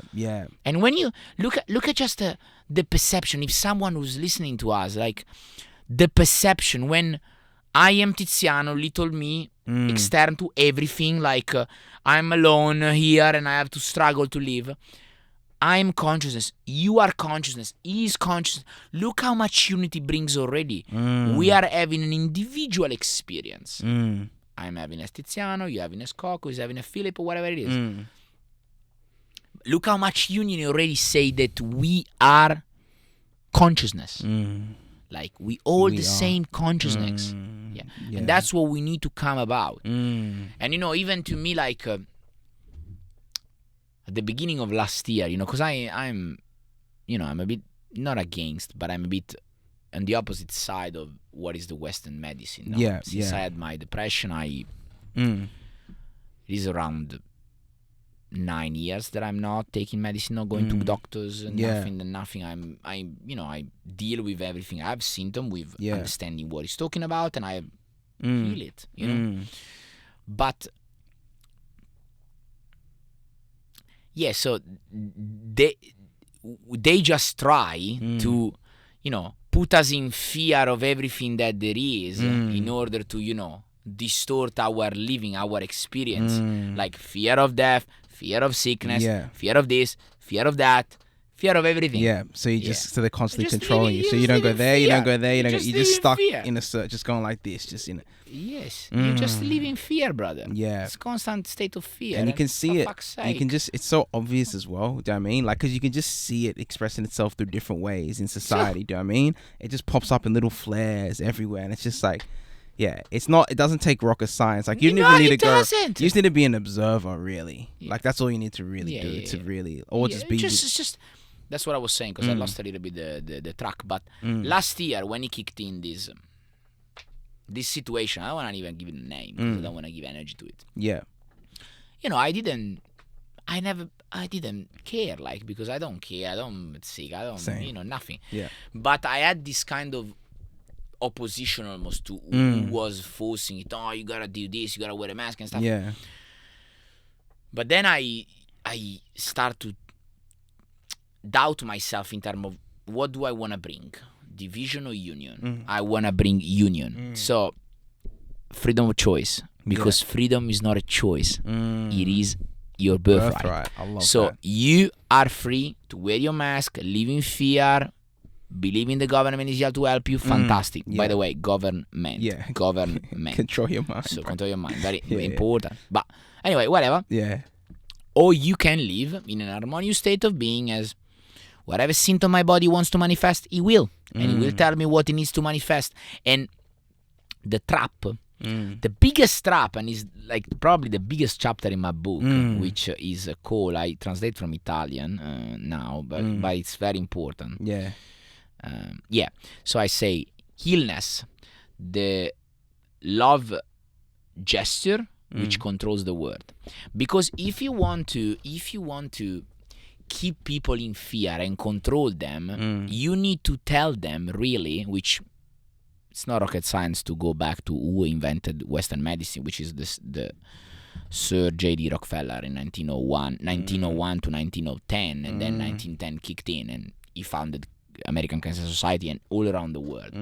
So there's a long story to that, and I know, but irrelevant. But anyway, medicine is one of the first key points to control humanity and keep them in fear, trap them in fear, because people are so disconnected to consciousness, which we're gaining back, we're getting there, but still a lot of people, they disconnect to consciousness in believing that consciousness has created the distorted or a rotten human being, which is not distorted, not rotten human being. We are all perfect as it is, and consciousness not making mistake. Consciousness not making mistakes. Yeah. So this is exactly what it is all about. Like, people controlling in fear because, we just, living 80 years with piece of meat, like, and I'm sick and I need illness and I need, illness, and I need medicine and I need treatments, and, it's all external as well. Stay there and just knowing that all of the correct cure for your body, they inside yourself. They inside yourself. You are born perfect, damnly perfect. That's it. You said it earlier, how you healed yourself. You didn't say someone healed you. You said I healed myself. I heal myself, of course. But everyone heals himself. Even people come to me now and we uncover some sort of situation, and already consciousness is so beautiful and so perfect that as long as you bring attention to what is the problem, the distorted way of being in you, and he stopped manifesting. Why? Because he doesn't need to show you anymore, because you've seen it. So sometimes you just need to see certain situation, like an ancestor who has been forgotten, or who hasn't been remembered, or a distorted relationship, whatever it is.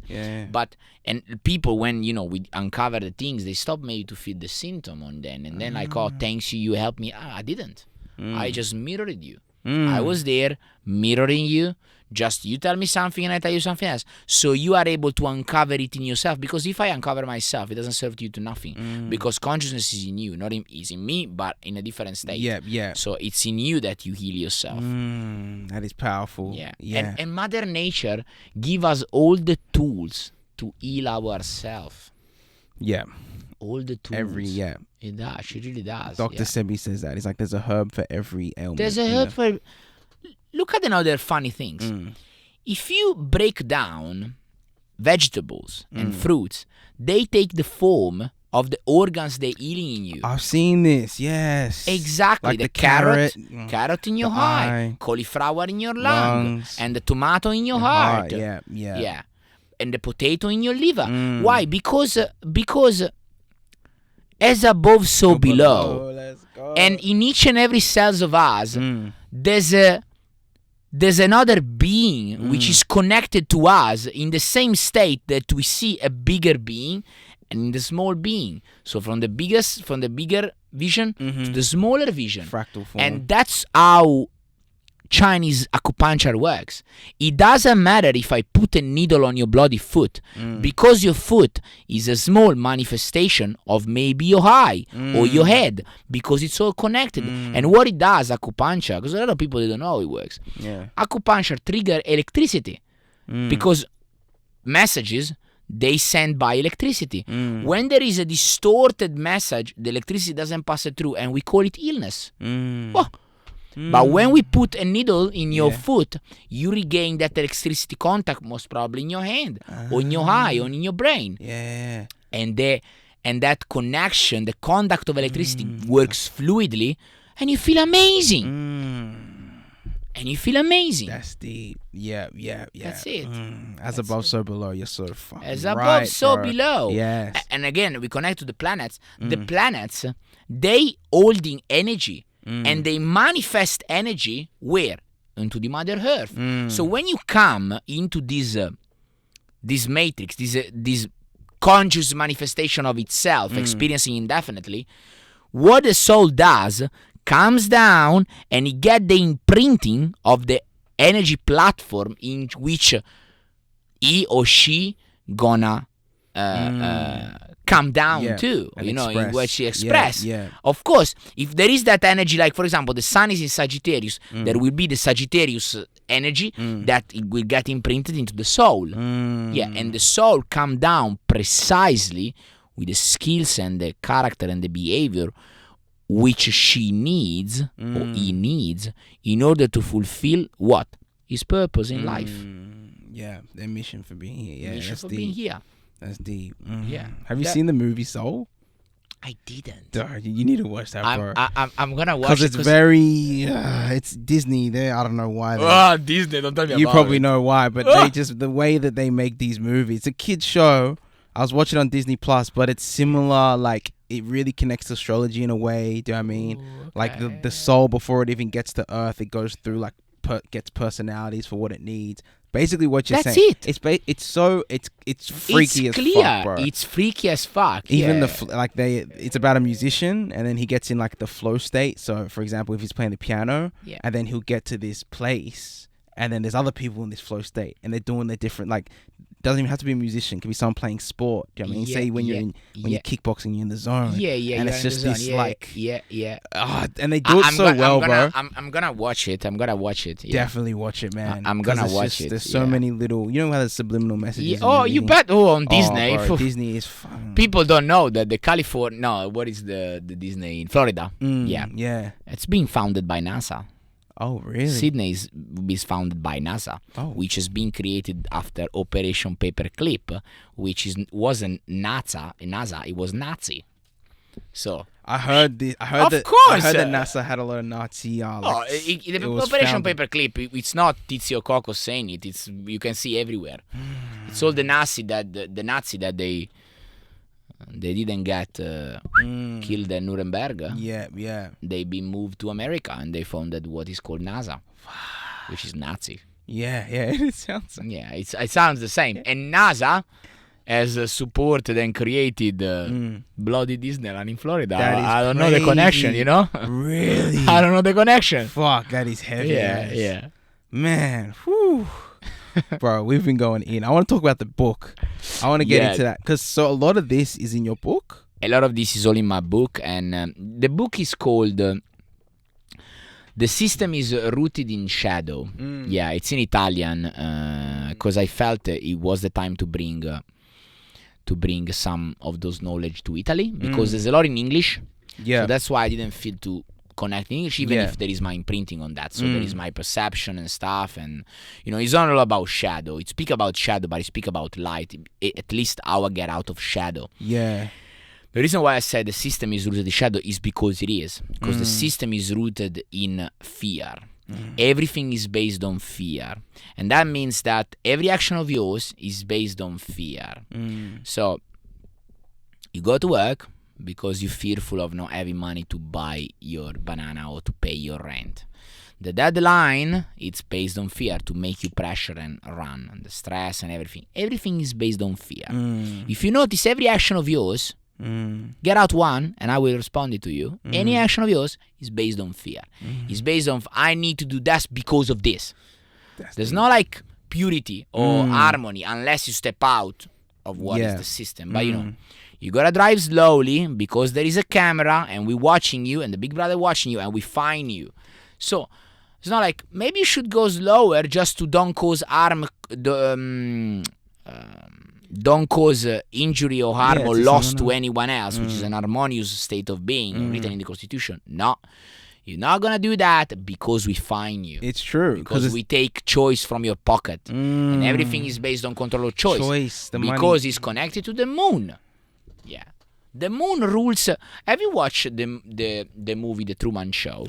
Bro, I said this to I was saying this to my cousin the other day. He hadn't watched it. And I was like, bro, because I was saying this stuff about the moon. I'm like, I've heard that it's a satellite and all this stuff. It's an artificial satellite construct. Yeah, and I was saying this to him. I'm like, look, I can't really, because I didn't know the information that you know, so I couldn't explain it to him like that. But I'm like, go watch the Truman Show and you see that where they're controlling everything, they're all in the moon. Controlled by the moon. I'm like, what the? I'm like, that's the massive subliminal. I want to give another one if you have time. Yeah, of course. Bro, we got age. I wanna tell one. Have you ever written the Tibetan Book of the Deaf? No. Cool. Very good. So the Tibetan Book of the Deaf, which I just started reading, but I'm quite a good reader. Like I get into it, like I'm very in the zone. I can tell. I'm in the bloody zone. Yeah. We can speak for hours. Anyway, the Tibetan Book of the Deaf says that when the soul leaves the body, will be attracted to light. Listen to this. Yeah. And the Tibetan Book of the Deaf says it comes from thousands of years. Dalai Lama even put his things on. Yeah. Anyway. The soul will be attracted to light, and the light will be manifested as parents and older girlfriend and son and daughter that they already have. And you attracted to light, and what the Tibetan Book of the Dead says, don't go to light, don't go to them. Why? Because it's an artificial construct to get recycled in this density, in this reality. Instead, you should proceed, when you leave, straight up to consciousness. Sending a strong signal like, no, I want to go back to consciousness. Yeah. Because when you get attacked to the light, is the light of the moon. And when you get attacked to the light, is the absorption. You get absorbed by this light because you are so enchanted by this light. Yeah. And what happening, you see soul that they were in this density, which they no more, because of course they left and they go back to consciousness, so it's a fake, abstract concept. And you get attracted to the moon, and then they will bound you to come back in this reality and say, you need to fulfill another things, you need to do this, you need to do that. And then they will recycle you in this reality. Keep recycle. This comes from the Tibetan Book of the Deaf, not from me. And to me, it made so much sense when I read it. So much sense. So much. Because there's a trigger point in this that we need to say. Yeah. When we speak about reptilian entities or whatever, we don't know. Like, they would like say something that's written in all the books and stuff. I believe in that personally, but people can say like, maybe no, maybe yes. These entities, they come from what is called the Michelangelo angel. Michael Angel. Yeah. The angel Michael, which it says that they've been confined to the hell, and they've been confined under the earth in a density where they cannot see the light, so they cannot absorb energy. Do you remember Dracula? Dracula? Yeah. Dracula was based on that. Dracula was Vladimir Dracul, which lives in Romania, and he was a reptilian family, bloodline, which was feeding of the people, and they couldn't see the sun during the day because the angel Michael, which is consciousness, ban them, put them where they cannot absorb the energy of the sun. For this reason, they have no source of energy. Guess where they take the energy? Blood.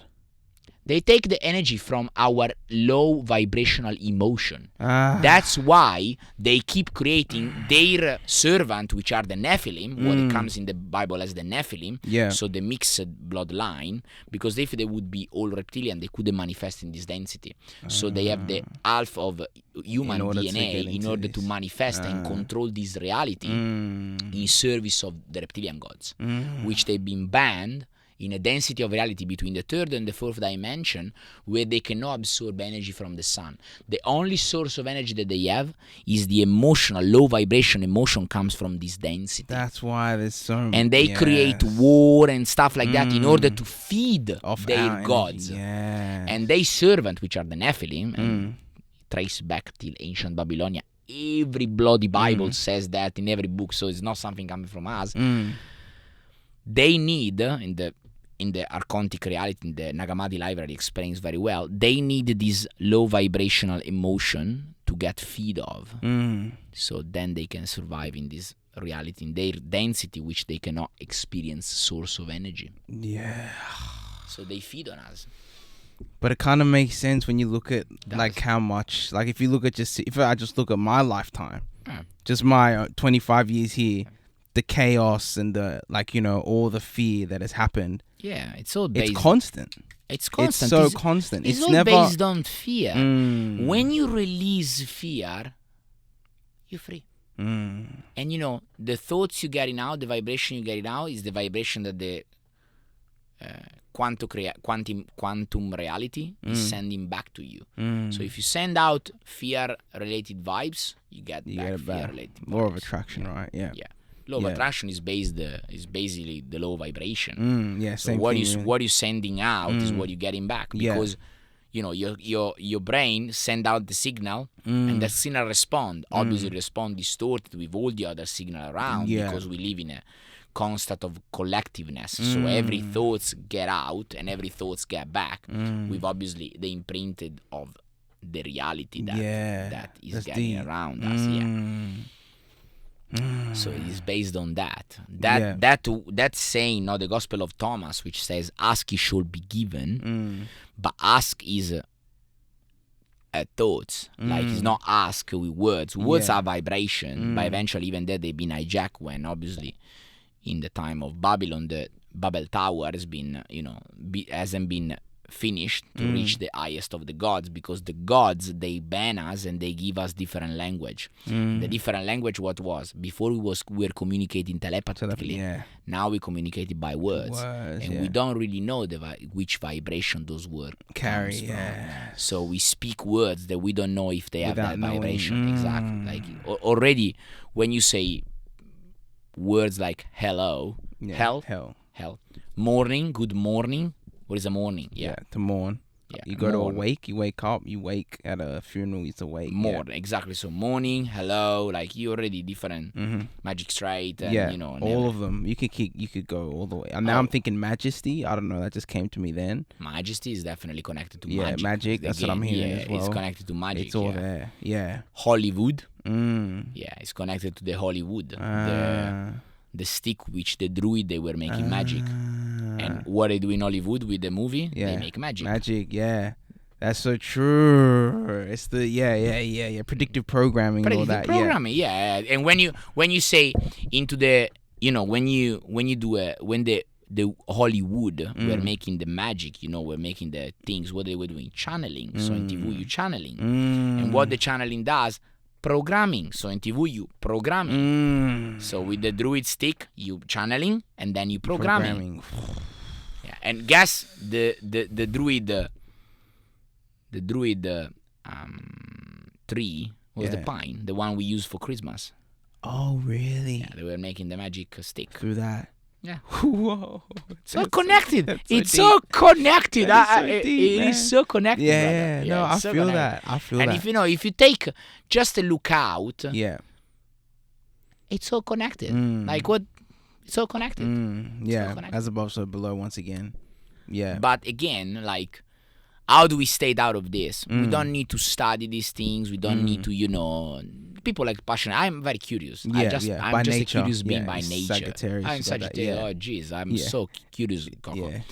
But how do we stay out of that? By detaching from the mind, detaching from the emotion, and connect to consciousness. When someone knows that has to go in that direction and know that one, what does he say? He doesn't say, I thought about it. He say, I feel it. I feel, And that's why when you say, I feel it, it's here, come from the heart. Because consciousness speaks you through the heart. And then you say, I feel you. Or I feel that. Yes. It's all about feeling. I feel that, literally. Because what is the feeling is the consciousness speaking to you through your heart. Which is the first. In chakra, in Sanskrit, they means wheel of light. Cycle of light. And you have all different level of that. But the middle one, the fourth one, is the heart. It's the heart, So from the heart, you connected to all there is, has been, and ever can be. That makes sense. And the heart's the first organ. And the heart is the first organ. How you live through the heart. Because it's the first connection. It's the very first. Absolutely. That's deep. When we are in love, as I was saying, we are in an harmonious state of being. And that's why, Coco, when you are in love, you can't get sick. You can't get ill. No chance. You can go and walk naked with a bloody underwear in 2 degrees. You won't get sick. Why? Because you are in the harmonious state of being of consciousness, the state of being of creation. So you can't get sick. When you are in love, you can't get sick. Because you are in the vibration of creation. You're in harmony. You are in the harmonious state of being.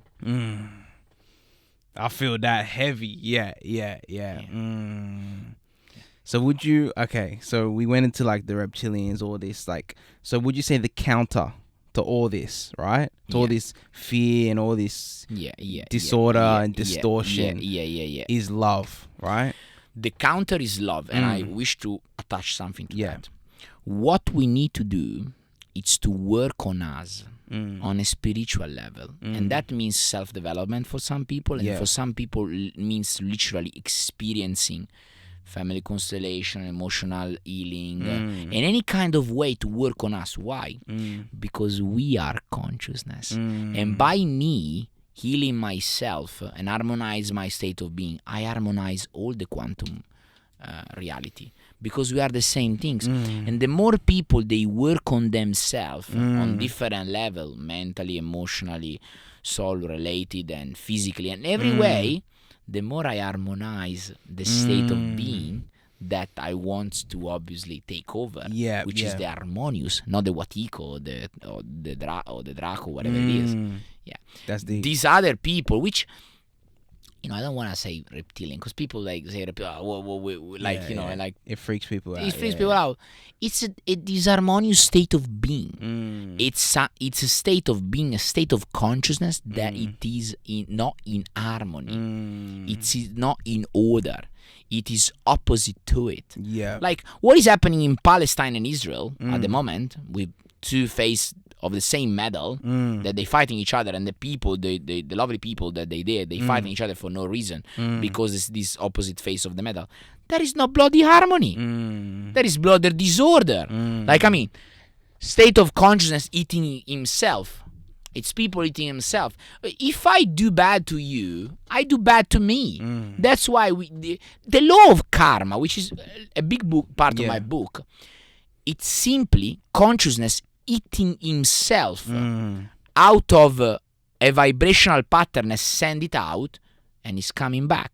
And I tell you, wow, karma, it's not something coming from you to me. It's something coming from me to me.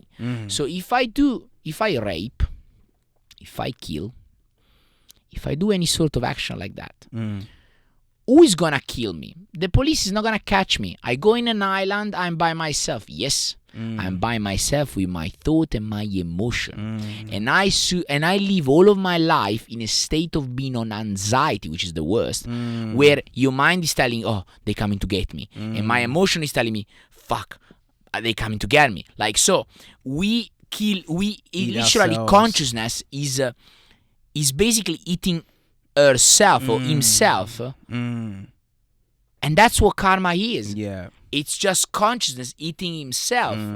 It's not like a black man that he comes with the stick or whatever. It's literally us doing bad to us, to ourselves. And outside there are external circumstances that they're eating us. Like, for example, a person that is closed in jail, he get caught, he goes in jail. He pays karma in which way? Being isolated out of freedom, because he's deprived life of that person. So it's a manifestation of that. Manifestation. In the external. Exactly. As I always say, sickness is the manifestation of a disorder, okay? And the karma, it's still a manifestation of a disorder on another level. But it's not the way around. So it's not the way around. No, I love that. It's like, so would you say we all need to kind of understand that we're all one? Do you know what I mean? We are all to one. Look, because we are, right? We are all one. And what does it take for someone to, like, for them to actually realize that? Like, say if someone's like not as like, what could they do? Do you know what I mean?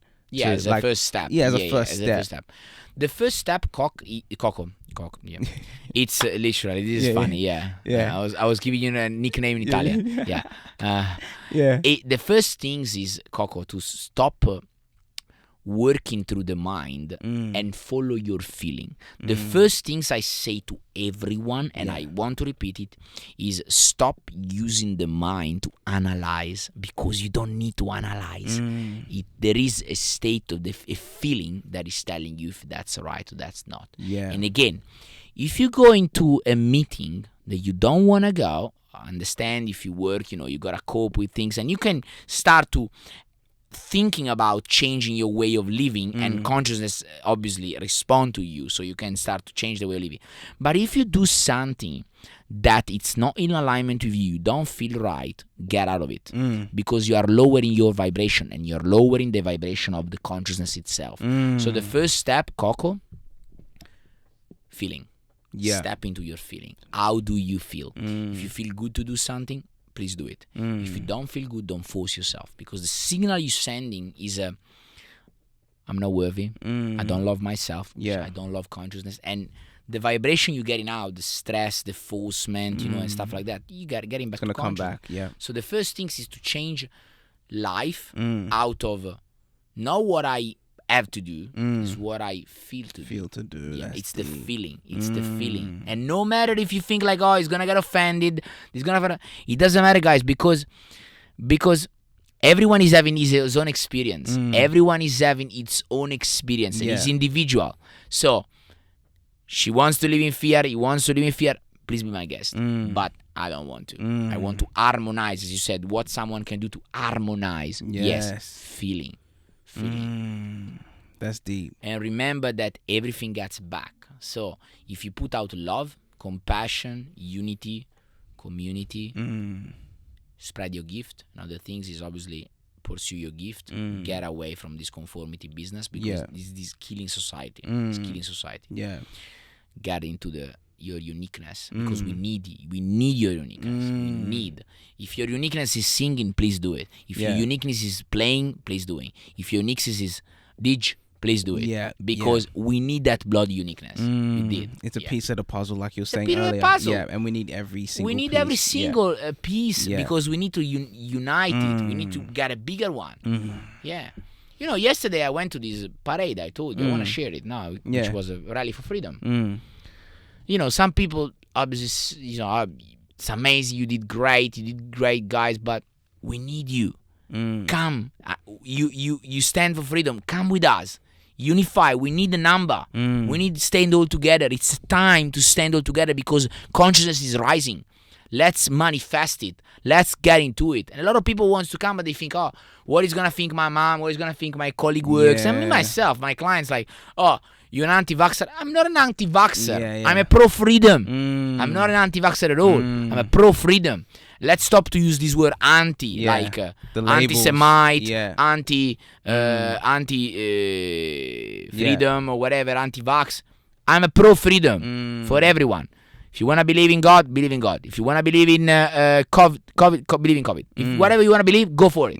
But the people that they stand together, because we need to stand together. We are all one consciousness. And we're here to experience this density. And the more and more vibration are raising, and we will experience other density in a more harmonious state of being. And I know we're going there, even if many people think that we're actually going down, but we're going up. Because every contraction creates an expansion. Everything that contracts, it's bonded to expand. This is how life works. It's like a jellyfish. Okay, contraction, expansion. Contraction, expansion. I lost my visa. I got the most beautiful woman came into my life. And a most beautiful expansion, evolution. That makes sense. That's it. It's like breath. What did it cost me? My visa, fear, some money. That's it. But fuck it, I got it back 10 times. In evolving, because we are not here to make money. We are here to experience. Money, unfortunately, is a tool of control to don't allow us to experience, but we're here to experience. This is an experience, and a brief one. I love that. I like how you linked it all up as well with your story as well, because it made sense. It does. It does. And I feel it's a great time, Coco. Really, brother, it's a great time, and even a great time to have this conversation. Thank you so much. In fact, bro, thank you. I had another one yesterday, and it was amazing to be free to speak, because this is amazing, Coco. This is bloody amazing. We can speak up. We can say what we think. That's it. Exactly. And I hope our message tonight, can just even if gives faith or whatever to one person, brings harmony to one person. Thank goodness. Because that person is us. So doesn't matter who's eating. That person is us. Yeah. Let's get out of this distorted way of living, this forceful way of living. So many people that they do things they don't want to do. So many people that, you know, like they live Monday to Friday and then to just 2 days of... it's no way to live. It's just not the way to live. Yeah. Every day you need to live. It's so true. We're gonna get out of this separation, like you said. Gotta get out, brother, of this separation. You know, like make cycle and stuff. And trust me, that I had been through my family line, through a lot of issue I had, because I told you some, but I had a lot in my teenagers. Jesus Christ. But I had to experience that because all my family they had experienced a lot of issue with authority, and obviously I incarnated with a father who I love to bits now. We have such a great relationship now since I started family constellation. We have so bonded, but he was a father figure that he wasn't an authority figure. So I had to obviously manifest this missing authority with everyone, and I wasn't able to, you know, even connect with this sort of a masculine entity if I was not coming as a leader or something like that, because I wasn't feeling okay, because it was all about authority, my wound with authority. But now, since I've done all the work on myself, I bloody love to, you know, like step in a community. The things we doing on Saturday, you and Marco started on Saturday. The dreaming vibration. The dreaming vibration at the pond. It's beautiful because we feel part of a community. We bloody belong. We bloody belong. Yeah. Yeah, and I love that word because I had it missing for a while. My life, I had a lot of same, bro. I think we, yeah, you know, a lot of extreme experience due to my feeling of not belonging. So I demonstrate that I belong or something. You know, it's terrible. Like a lot of kids, they had problem like me, I'm sure. Even more. But you know, I had definitely some quite of extreme change. You know, very extreme change. And you know, it's not the person that I was drug dealing and then I made millions of money, but definitely I made my money and I'm okay, and you know, and it doesn't matter. But I have experienced disorder and I have experienced order, and that's what is important for me, because I'm here to experience. And in this world, we are all bonded to see a person for how he dress, which car he has, how much money he has in the account. That won't have any meaning. Won't have any meaning, because you can have everything, and I work with people that have a lot of money and stuff, but they are unhappy or whatever. And with many, doesn't matter, because what it matters is your state of being. Know how much you have in your pocket, which is amazing to have a lot of choice, and I definitely pursue that, and I manifest that and stuff. But what is amazing, it's how you feel. How you feel. Which experience have you done? What have you brought to this world? What a miserable experience to come here and just go without have brought something to it. To me, Coco, it fear me the most to come here and don't bring nothing to you and to everyone. Like, I feel like, what have I done? You want to What a selfish, bloody experience I had. What a miserable. What is my name? What have I done? No matter my name, but no matter what I brought. What you brought to the table. But when I bloody go away and I will leave this experience and go to travel forever and ever in the void, I made my support. I brought my support. I brought my uniqueness. That's it. That makes me proud. It makes me proud already now that I wrote something about it, and I'm writing another, because I feel like I give something to humanity. That's it. I don't want to become rich from a book, but I bring something. I know what you're saying. Contributing to Marco, the collective. the same. He does, you know, his cycle. Just talking about Marco, because he introduced us. Does his cycle, and you know, and he brings something to others, you know, and you as well with the podcast, you bring a message to others tonight. And definitely not a distorted message, a straight one to the point. Pure one, that's it. Bringing to people. And this is a service you are doing, and thanks God for you to doing. Thank you. No, I appreciate it. Because you are doing this service and you giving something. And Coco, trust me that for me is the highest. People that they sell out themselves, their uniqueness, for a piece of bread at the end of the month, without meaning, and something they don't like, makes me feel like, for fuck's sake, you are unique. You are a magic being. You are made of stars. Come on. Yes. Yeah. Oh, bro, I felt that. Yeah, that's it's true. We It are is made true. of We're made of stars. Yeah, it's deep. We are, for as much as the distorted state of consciousness, this Watiko, try to make us forget about it. Yeah. Bloody no. We are. We bloody are. Yeah, we bloody are. And trust life that consciousness is always leading you. It's not gonna lead you maybe where you want, but it's gonna lead you where you need. Ooh. Yeah, it always does. Trust me, in all That's my another one. experience, even in jail, I promise you, it didn't lead me where I wanted, but it led me where I need to understand. Yeah. Yeah, and to learn and to experience. Yeah, exactly. That's deep. You might not want to be there, but it's where you need to be it's in that where moment. you need to be, exactly. Yeah. And sometimes we place this target, but life wants to bring to this target. And we are so focused on this that we go in disorder. Tunnel vision, yeah. So, open up. Open up, yeah. Have faith, yeah. Because we live in infinite possibilities. This is infinite possibilities. Yes. I mean, what are the odds that at 18 I was in jail and at 33 I'm speaking to you about this? But what are the odds? What are the odds? What are the odds? Yeah. Instead, yeah, you wouldn't have thought that all those little things were leading to. It didn't. Yeah. But it led me here. And since I started to dig into here, I don't have any doubt. Yeah. Come for a podcast? Sure. Because I feel it. Coming here. Yeah.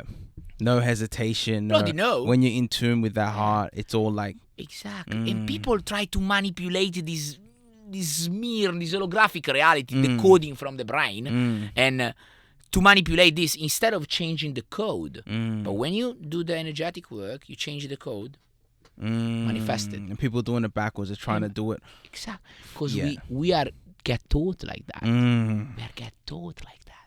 It's the programming. You're right. It's the That's programming. deep. Yeah, it is the programming. Yeah. Luckily and not unluckily for my parents, I didn't get programmed a lot. Yeah. No, it's funny because I said that to my mom. I'm like, I'm actually glad that I used to kind of doze off or just not go to class, or because it was less indoctrination. Of and course. It actually helped me. That's not the case. I'm like, wow. That's not the case. Because sometimes I'd try so hard to sit there and soak it in school, but something in me couldn't let me, I couldn't do it. Yeah, it was crazy. disconnect. Teachers would be like, oh, he's too slow, he doesn't get it done on time, because there's something in me that was just even rebelling. Even when I tried, I wanted to at points, but it just wouldn't happen. Blessing in disguise. Blessing in the sky. And those people that they live in such a narrow band of frequency. Bless them. And it's horrible. Sad. It's horrible. Yeah. Bless them. They live in this narrow band of frequency.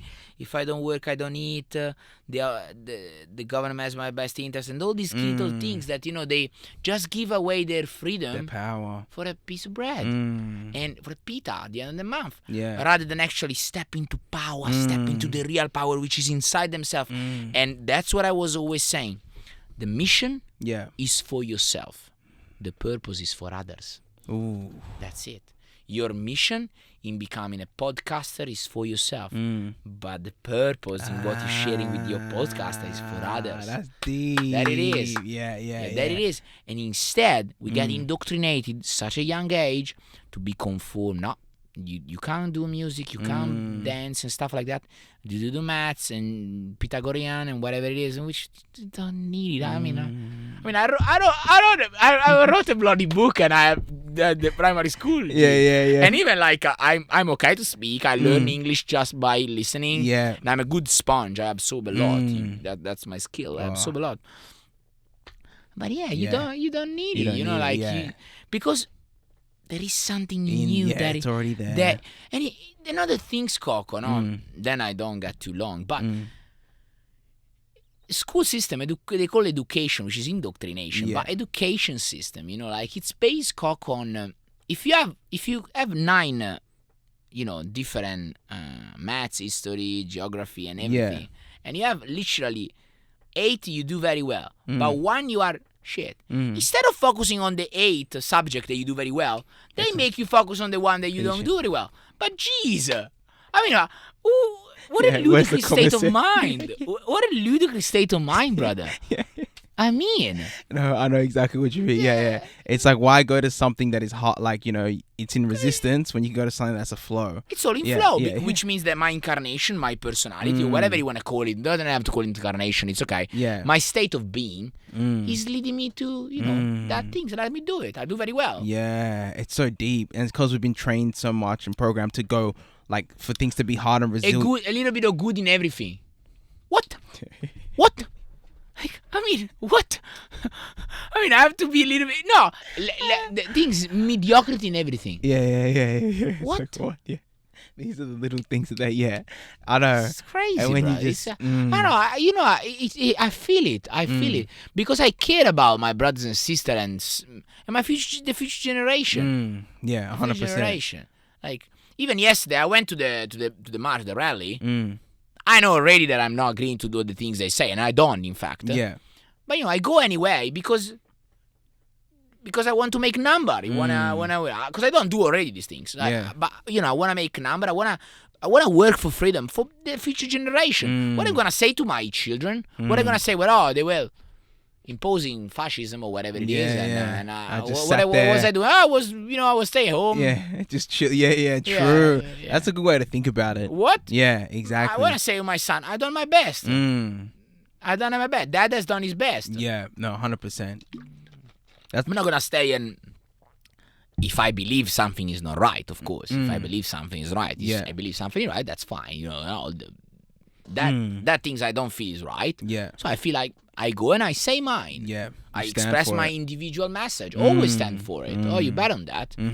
Like one things you learn when you grow up on the street like me. Yeah. It's to community. Yeah. Because you need to be tight. To be tight with your mates and always protect your mates, protect your group. No, always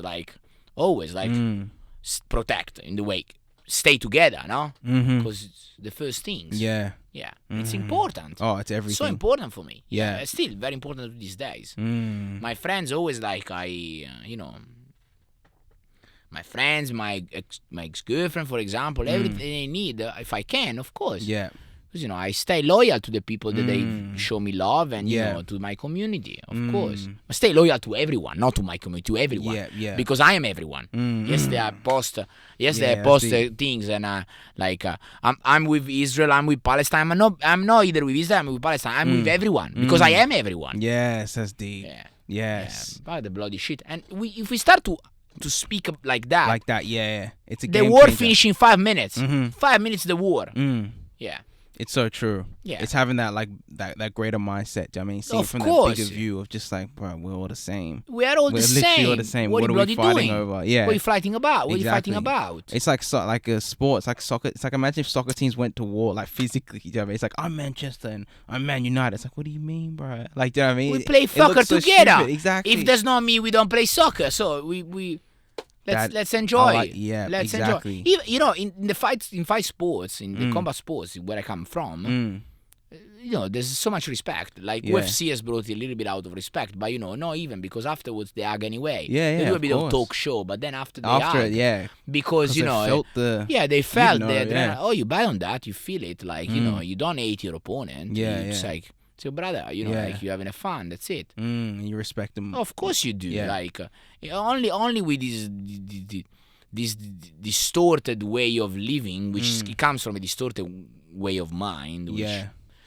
maybe we don't dig into it because it's long. But anyway, this Sabbatean Frankist cult, which controls this movement behind Israel and Palestine, and he's not Israeli and he's not Palestine from Palestine. He's not Jewish and he's not Muslim. It's Sabbatean, because it comes from Sabbatean. That's what's Sabbatean Frankist. Yeah, it comes from a guy which is in 1500. He claimed to be the Jewish Messiah.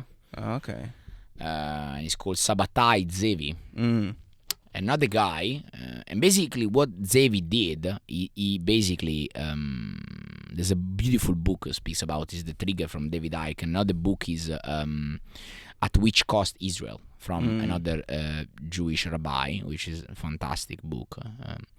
Anyway, they explain how basically the Sabbatai Zevi, he was speak out to be the Messiah. Yeah. And he gained a lot of followers, and he kind of basically almost flipped over to Muslim. He was coming from a Judaism. He almost flipped over to Muslim, but then underneath he was still being in this Judaism. And what he did, he flipped the meaning. So if for example, if in Judaism there was a day of fasting, he would make a day of feasting.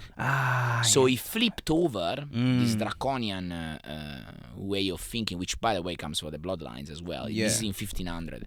In 1700, another guy came and claimed to be the incarnation of Sabbatai Zevi and the Messiah Jacob, which is called Jacob Frank.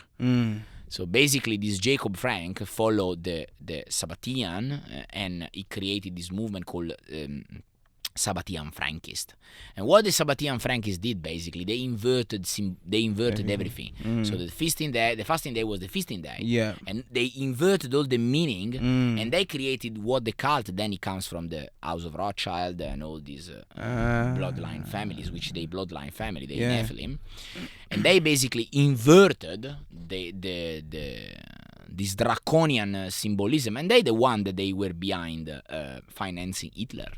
The House of Rothschild and all these people that they behind the control of Palestine and Israel, and they're not Jew for sure. They Sabbatian, and they created this, this anti-defamation, all this league against people that they speak against the Semitism, anti-Semite, which is not anti-Semite, because Semite comes from means anti-Arab. Semite comes from, it means Arab, but people think that they are about against the Jew. Instead, not. They are against the Jew, they are against the Palestine, they are against us, they are against everyone, and they try to put us one against another. So we can't see the common enemy. We can't see the common enemy, which is the Sabbatian. And fun enough, the state of Israel, which has the flag, and there is the star, which they say is the Star of David, but that's not a Star of David, that's Star of the Rothschild. And it comes, in fact, in Munich, which is where the Rothschild comes from, Frankfurt, sorry. In their house, they're mentioned, there's the sign of the 5 star, which is the sign of Saturn. And the god of Saturn, it's El. So if you read the name Israel, so it's based on Saturn and Saturn worshiping, which is the extreme energy of Saturn, which you study astrology knows better than me. The extreme energy of Saturn is ruling and control authority. It's the forceful authority. So that's what comes about. I mean, look at now, for example. Now, with all the bloody state in the world, where you're going to enforce mandatory vaccination, you gotta enforce on these people that they already gone through the terrible Mengele experimentation. That's why they create the Nuremberg Code. You gotta enforce them in Israel, where there's a lot of Jewish family. Bless them that they gone already through this terrible in Nazi, and you're gonna enforce the vaccination on them. I mean, are you kidding me? With all the nation in the world, you're enforcing on them. Are you kidding me? But no, because behind there's the same people that they were financing Hitler and the Angel of Death, Joseph Mengele, and all the other paparazzi behind. It's crazy. It's crazy. I mean, bless them. Unfortunately, a lot of people, they still distort. There's a lot of Israeli that they're so brave and they're speaking out. They're so brave. I actually follow all the Israeli that they say the truth, about this, because they know what's going on. They you bet on that.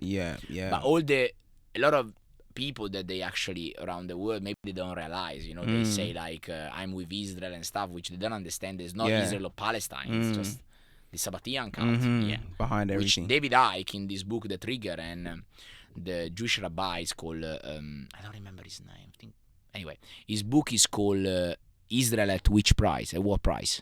So he explained the creation of state of Israel, why actually happened. So it's very interesting, actually, very, very interesting. What was that called again? Israel At what price? Israel, what price? Okay. Yeah. It's a deep book. It's a bit boring because it's a lot of politics and stuff. But he nailed it. Yeah. I nailed it. Yeah, and when I get this boring book, but I'm interested into it, I get it. I read a little bit, like a little pieces. Yeah. Otherwise, heavy. you get too. Yeah. Like David Icke book, they're very heavy. They're amazing. Yeah, he's an amazing. But it's heavy. Author. Yeah. When you read this book, like the trigger is. It speaks about 9/11 hoax. It's like 1,100 pages. Oh damn. Oh, it's like more than the Bible. Oh shit. David Icke is like incredible. Like I don't know how he writes this book. Yeah. I mean, now that I write book, I know what what it's like. But you bloody bet on that. Yeah. It's a effort. It's an effort, bro. It's effort. Yeah. It's study, effort, remember, and I have good memory. Myself, for example. But So do you write it on paper or do you? No, on laptop. Yeah. I write on laptop. Do you ever feel called to write it on paper or not? No, not on paper. I feel on the machine. Like I like that kind of machine. David Icke writes still on that machine. Yeah. The typewriter. The typewriter. You use that? I don't. Oh, okay. He does. This one is 329 pages. Oh, that's still a lot, bro. It took me 5 months, 6 months. Wow. But more in terms of study, like it's at least a year of study. Okay, so like 5 months to write, like to actually, to actually gain all the knowledge, decoding, it took me time. Wow. This one I'm writing is a bit more in flow because it contains the story of my story and my ex-girlfriend's story, love story. Yeah. So is it like a love story? It's a love story, but the key message is the meaning of life, love in evolution. Like the title is a love story, a conscious love story in the time of awakening. Like so, it speaks about our story, like very deep into it, even like about sex and arguments and everything. But it takes the conscious flipped on that, so he explained the reason and stuff. And it's very inspiring because there's a part of my life here in Australia where I became a successful trainer, so I was making good money, very good money. And it was a dream of mine. Like I was saying, I'm gonna make like $5,000 a week, something like that. And it happened. I started to happening, and it's literally a very inspiring book. It's gonna be, and it's gonna be a movie as well. Oh, I'm calling it out. Let's go. Well, you said it now. I'm calling it out. It's gonna be a book because it's gonna be a movie as well. Ooh. I'm telling you now. Yeah. Calling you now. What day is today? Yeah. Today's the 16th? 16, okay. Yeah, so 16, we call it. Ooh. And we manifest it, brother. Yes. No, 100%. Because I love message and, people love love story and I love story and especially the one that they end well. Bro, everyone loves a love story. Yeah. You're lying to yourself if you don't. And if you don't, then you're probably not human. True. That's what they try to make us, non-human. Yeah, literally. Because humans are meant to love. We are meant to love. Have you ever asked someone if they want war? You're not gonna find one that wants war, but unfortunately, you're gonna find people that they follow orders. Yeah, that's what it is. That's the problem. There's people that follow orders. Yeah. They don't think for themselves. Exactly. They get out of their uniqueness and their freedom of thought. Yeah. My brother, I want to wrap it up, but I don't want to wrap it up because we're going so hard, bro. I'm so excited for this book, though. It's gonna be in English. It's gonna be in English. Yeah. Ooh, let's go. I'm writing in Italian, and I translate it in English as well. Yeah. I don't know when it's gonna be ready, but you're gonna have a copy, of course. Yeah. Bro. And it's powerful, and it's my story, and it's a bit of my story, even younger, and what I've experienced and why I've done certain things. So it's so very connected, and it makes you even understand how we actually experience our parents and our ancestors until we get free from that. Wow. Bert Hellinger believes that 85% of our life is driven by our ancestor. Yeah. Unless we step free of that. Wow. And I believe too. I believe that. Yeah. I do. Yeah. Even because I still live at home and I see my mom, I see my dad, and I'm like, because now I'm older, I'm just studying him. And I'm seeing parts of myself and my dad, and I see parts. And I'm just like, oh, wait. And I'm like, kind of doing my own little decoding of myself through them. And I was like, oh, shit. So, and I feel like that's like the lesson the universe is trying to teach me, like being at home. It's like, you can learn a lot, do you know what I mean? From just being around them and seeing. It's so deep. It's powerful, bro. It's powerful, and the last year since I've started the constellation, I just really stepped free. It's been a magical year for me. Wow. Yeah, and I really want you to feel do it, the constellation. to come over. Yeah, to feel it, because I feel like maybe you have to do the like I gotta do it when you. I will start. I'm still in the study mode, because I wanna really embody. I mean, I embody so much. This is 1 year, but I wanna still doing, and I still follow Tara. She's powerful. Yeah. Does she teach you, or do you have to go learn this yourself? No. She's not really give me lessons to it, but because it's not a way I'm learning. I never learn through lesson. If you teach me something, I'm not learning. I'm learning to embody it. It's always been like that. Like I'm not reading books to study it, but to embody it. What makes sense to me, I feel it inside and I embody. All the things that I spoke tonight. I spoke because I feel them. If I wouldn't feel them, I wouldn't say. And there are a lot of things that I studied I didn't say because I don't feel them, or they not resonate fully with me. That's deep. I only say things I feel, no matter how weird they are. Even if I have to say that we are, as I said before, we are controlled by 13 reptilian bloodline family. I say because I feel it. That's deep. Yeah. If I don't feel it, I don't say, because it's not on me. Yeah. I think that's a little lesson right there for everyone as well. Do you know what I mean? You gotta feel it. Say what you feel, what you think. Not what you think. The mind is a servant. It's not a master. The master is here. And there's no master, by the way. So the master is there, which is you in this body, and he's connecting you to that consciousness. And life is extremely easy when you start to follow your feeling. Extremely. My brother. Coco, thank you so much for having me, because it's I really feel to come to my. So I was so excited. And telling you that I go always to sleep like at 8:30. Ask Marco. But I was saying to him, like, I'm so excited to talk with Coco. Yesterday I talked to another lady, but tonight I really was looking forward. I've been waiting for this one. I knew it'd be. I knew it can't be like this, but like it was different. Do you know what I mean? You definitely like activated some things, and that feeling. Do you know what I mean? Like. I was resonating with a lot, bro. The embodiment that hits me hard. Do you know what I mean? Always embody it. Feel it into you. My brother. Dig that. Thank you, Coco. Thanks for having me very much. Thank you. This is another episode of the Midnight Moods podcast family. Tiziano, so we can't really. We can show the book. Yeah, please. It's in Italian. What if I have an Italian exactly. No, exactly. Sistema È Radicato Nell'Ombra. Exactly. But give him your IG. Yeah. So my IG is at Tiziano.Sguerso. My Facebook is Tiziano Sguerso Dietro la Materia, which is the title in Italian, but I share English content, and Dietro la Materia is behind the matter. I have my website www.tizianosguerso.com if someone wants to reach out on me and everything, even for just a chat, I respond to everything, of course, all the time, because it's a pleasure to cross path with different people, and I'm super open to it. Even for podcast, I'm so open. I like to talk, as you know. That's like 100%. Alright, what's your podcast called actually? So my podcast is in Italian at this stage. It's in Italian. I share anyway. It's called Dietro la Materia. It's on YouTube, on Anchor, on Wooshka, on Apple, on Spotify. Is everywhere.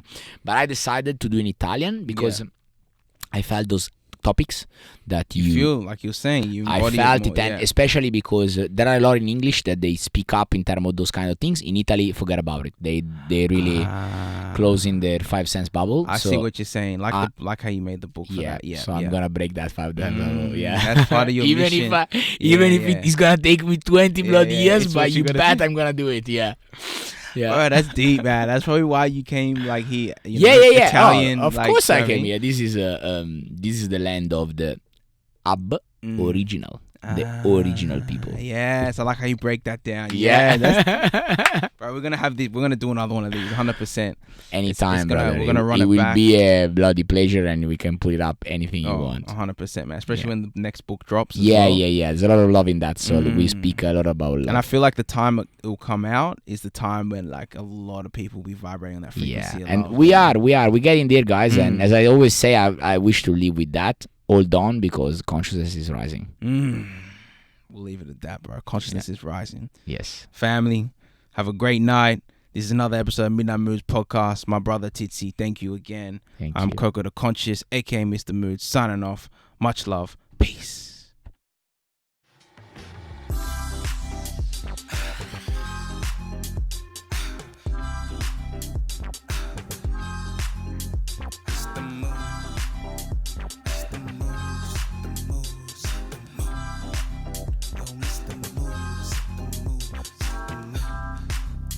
Mr. Mood.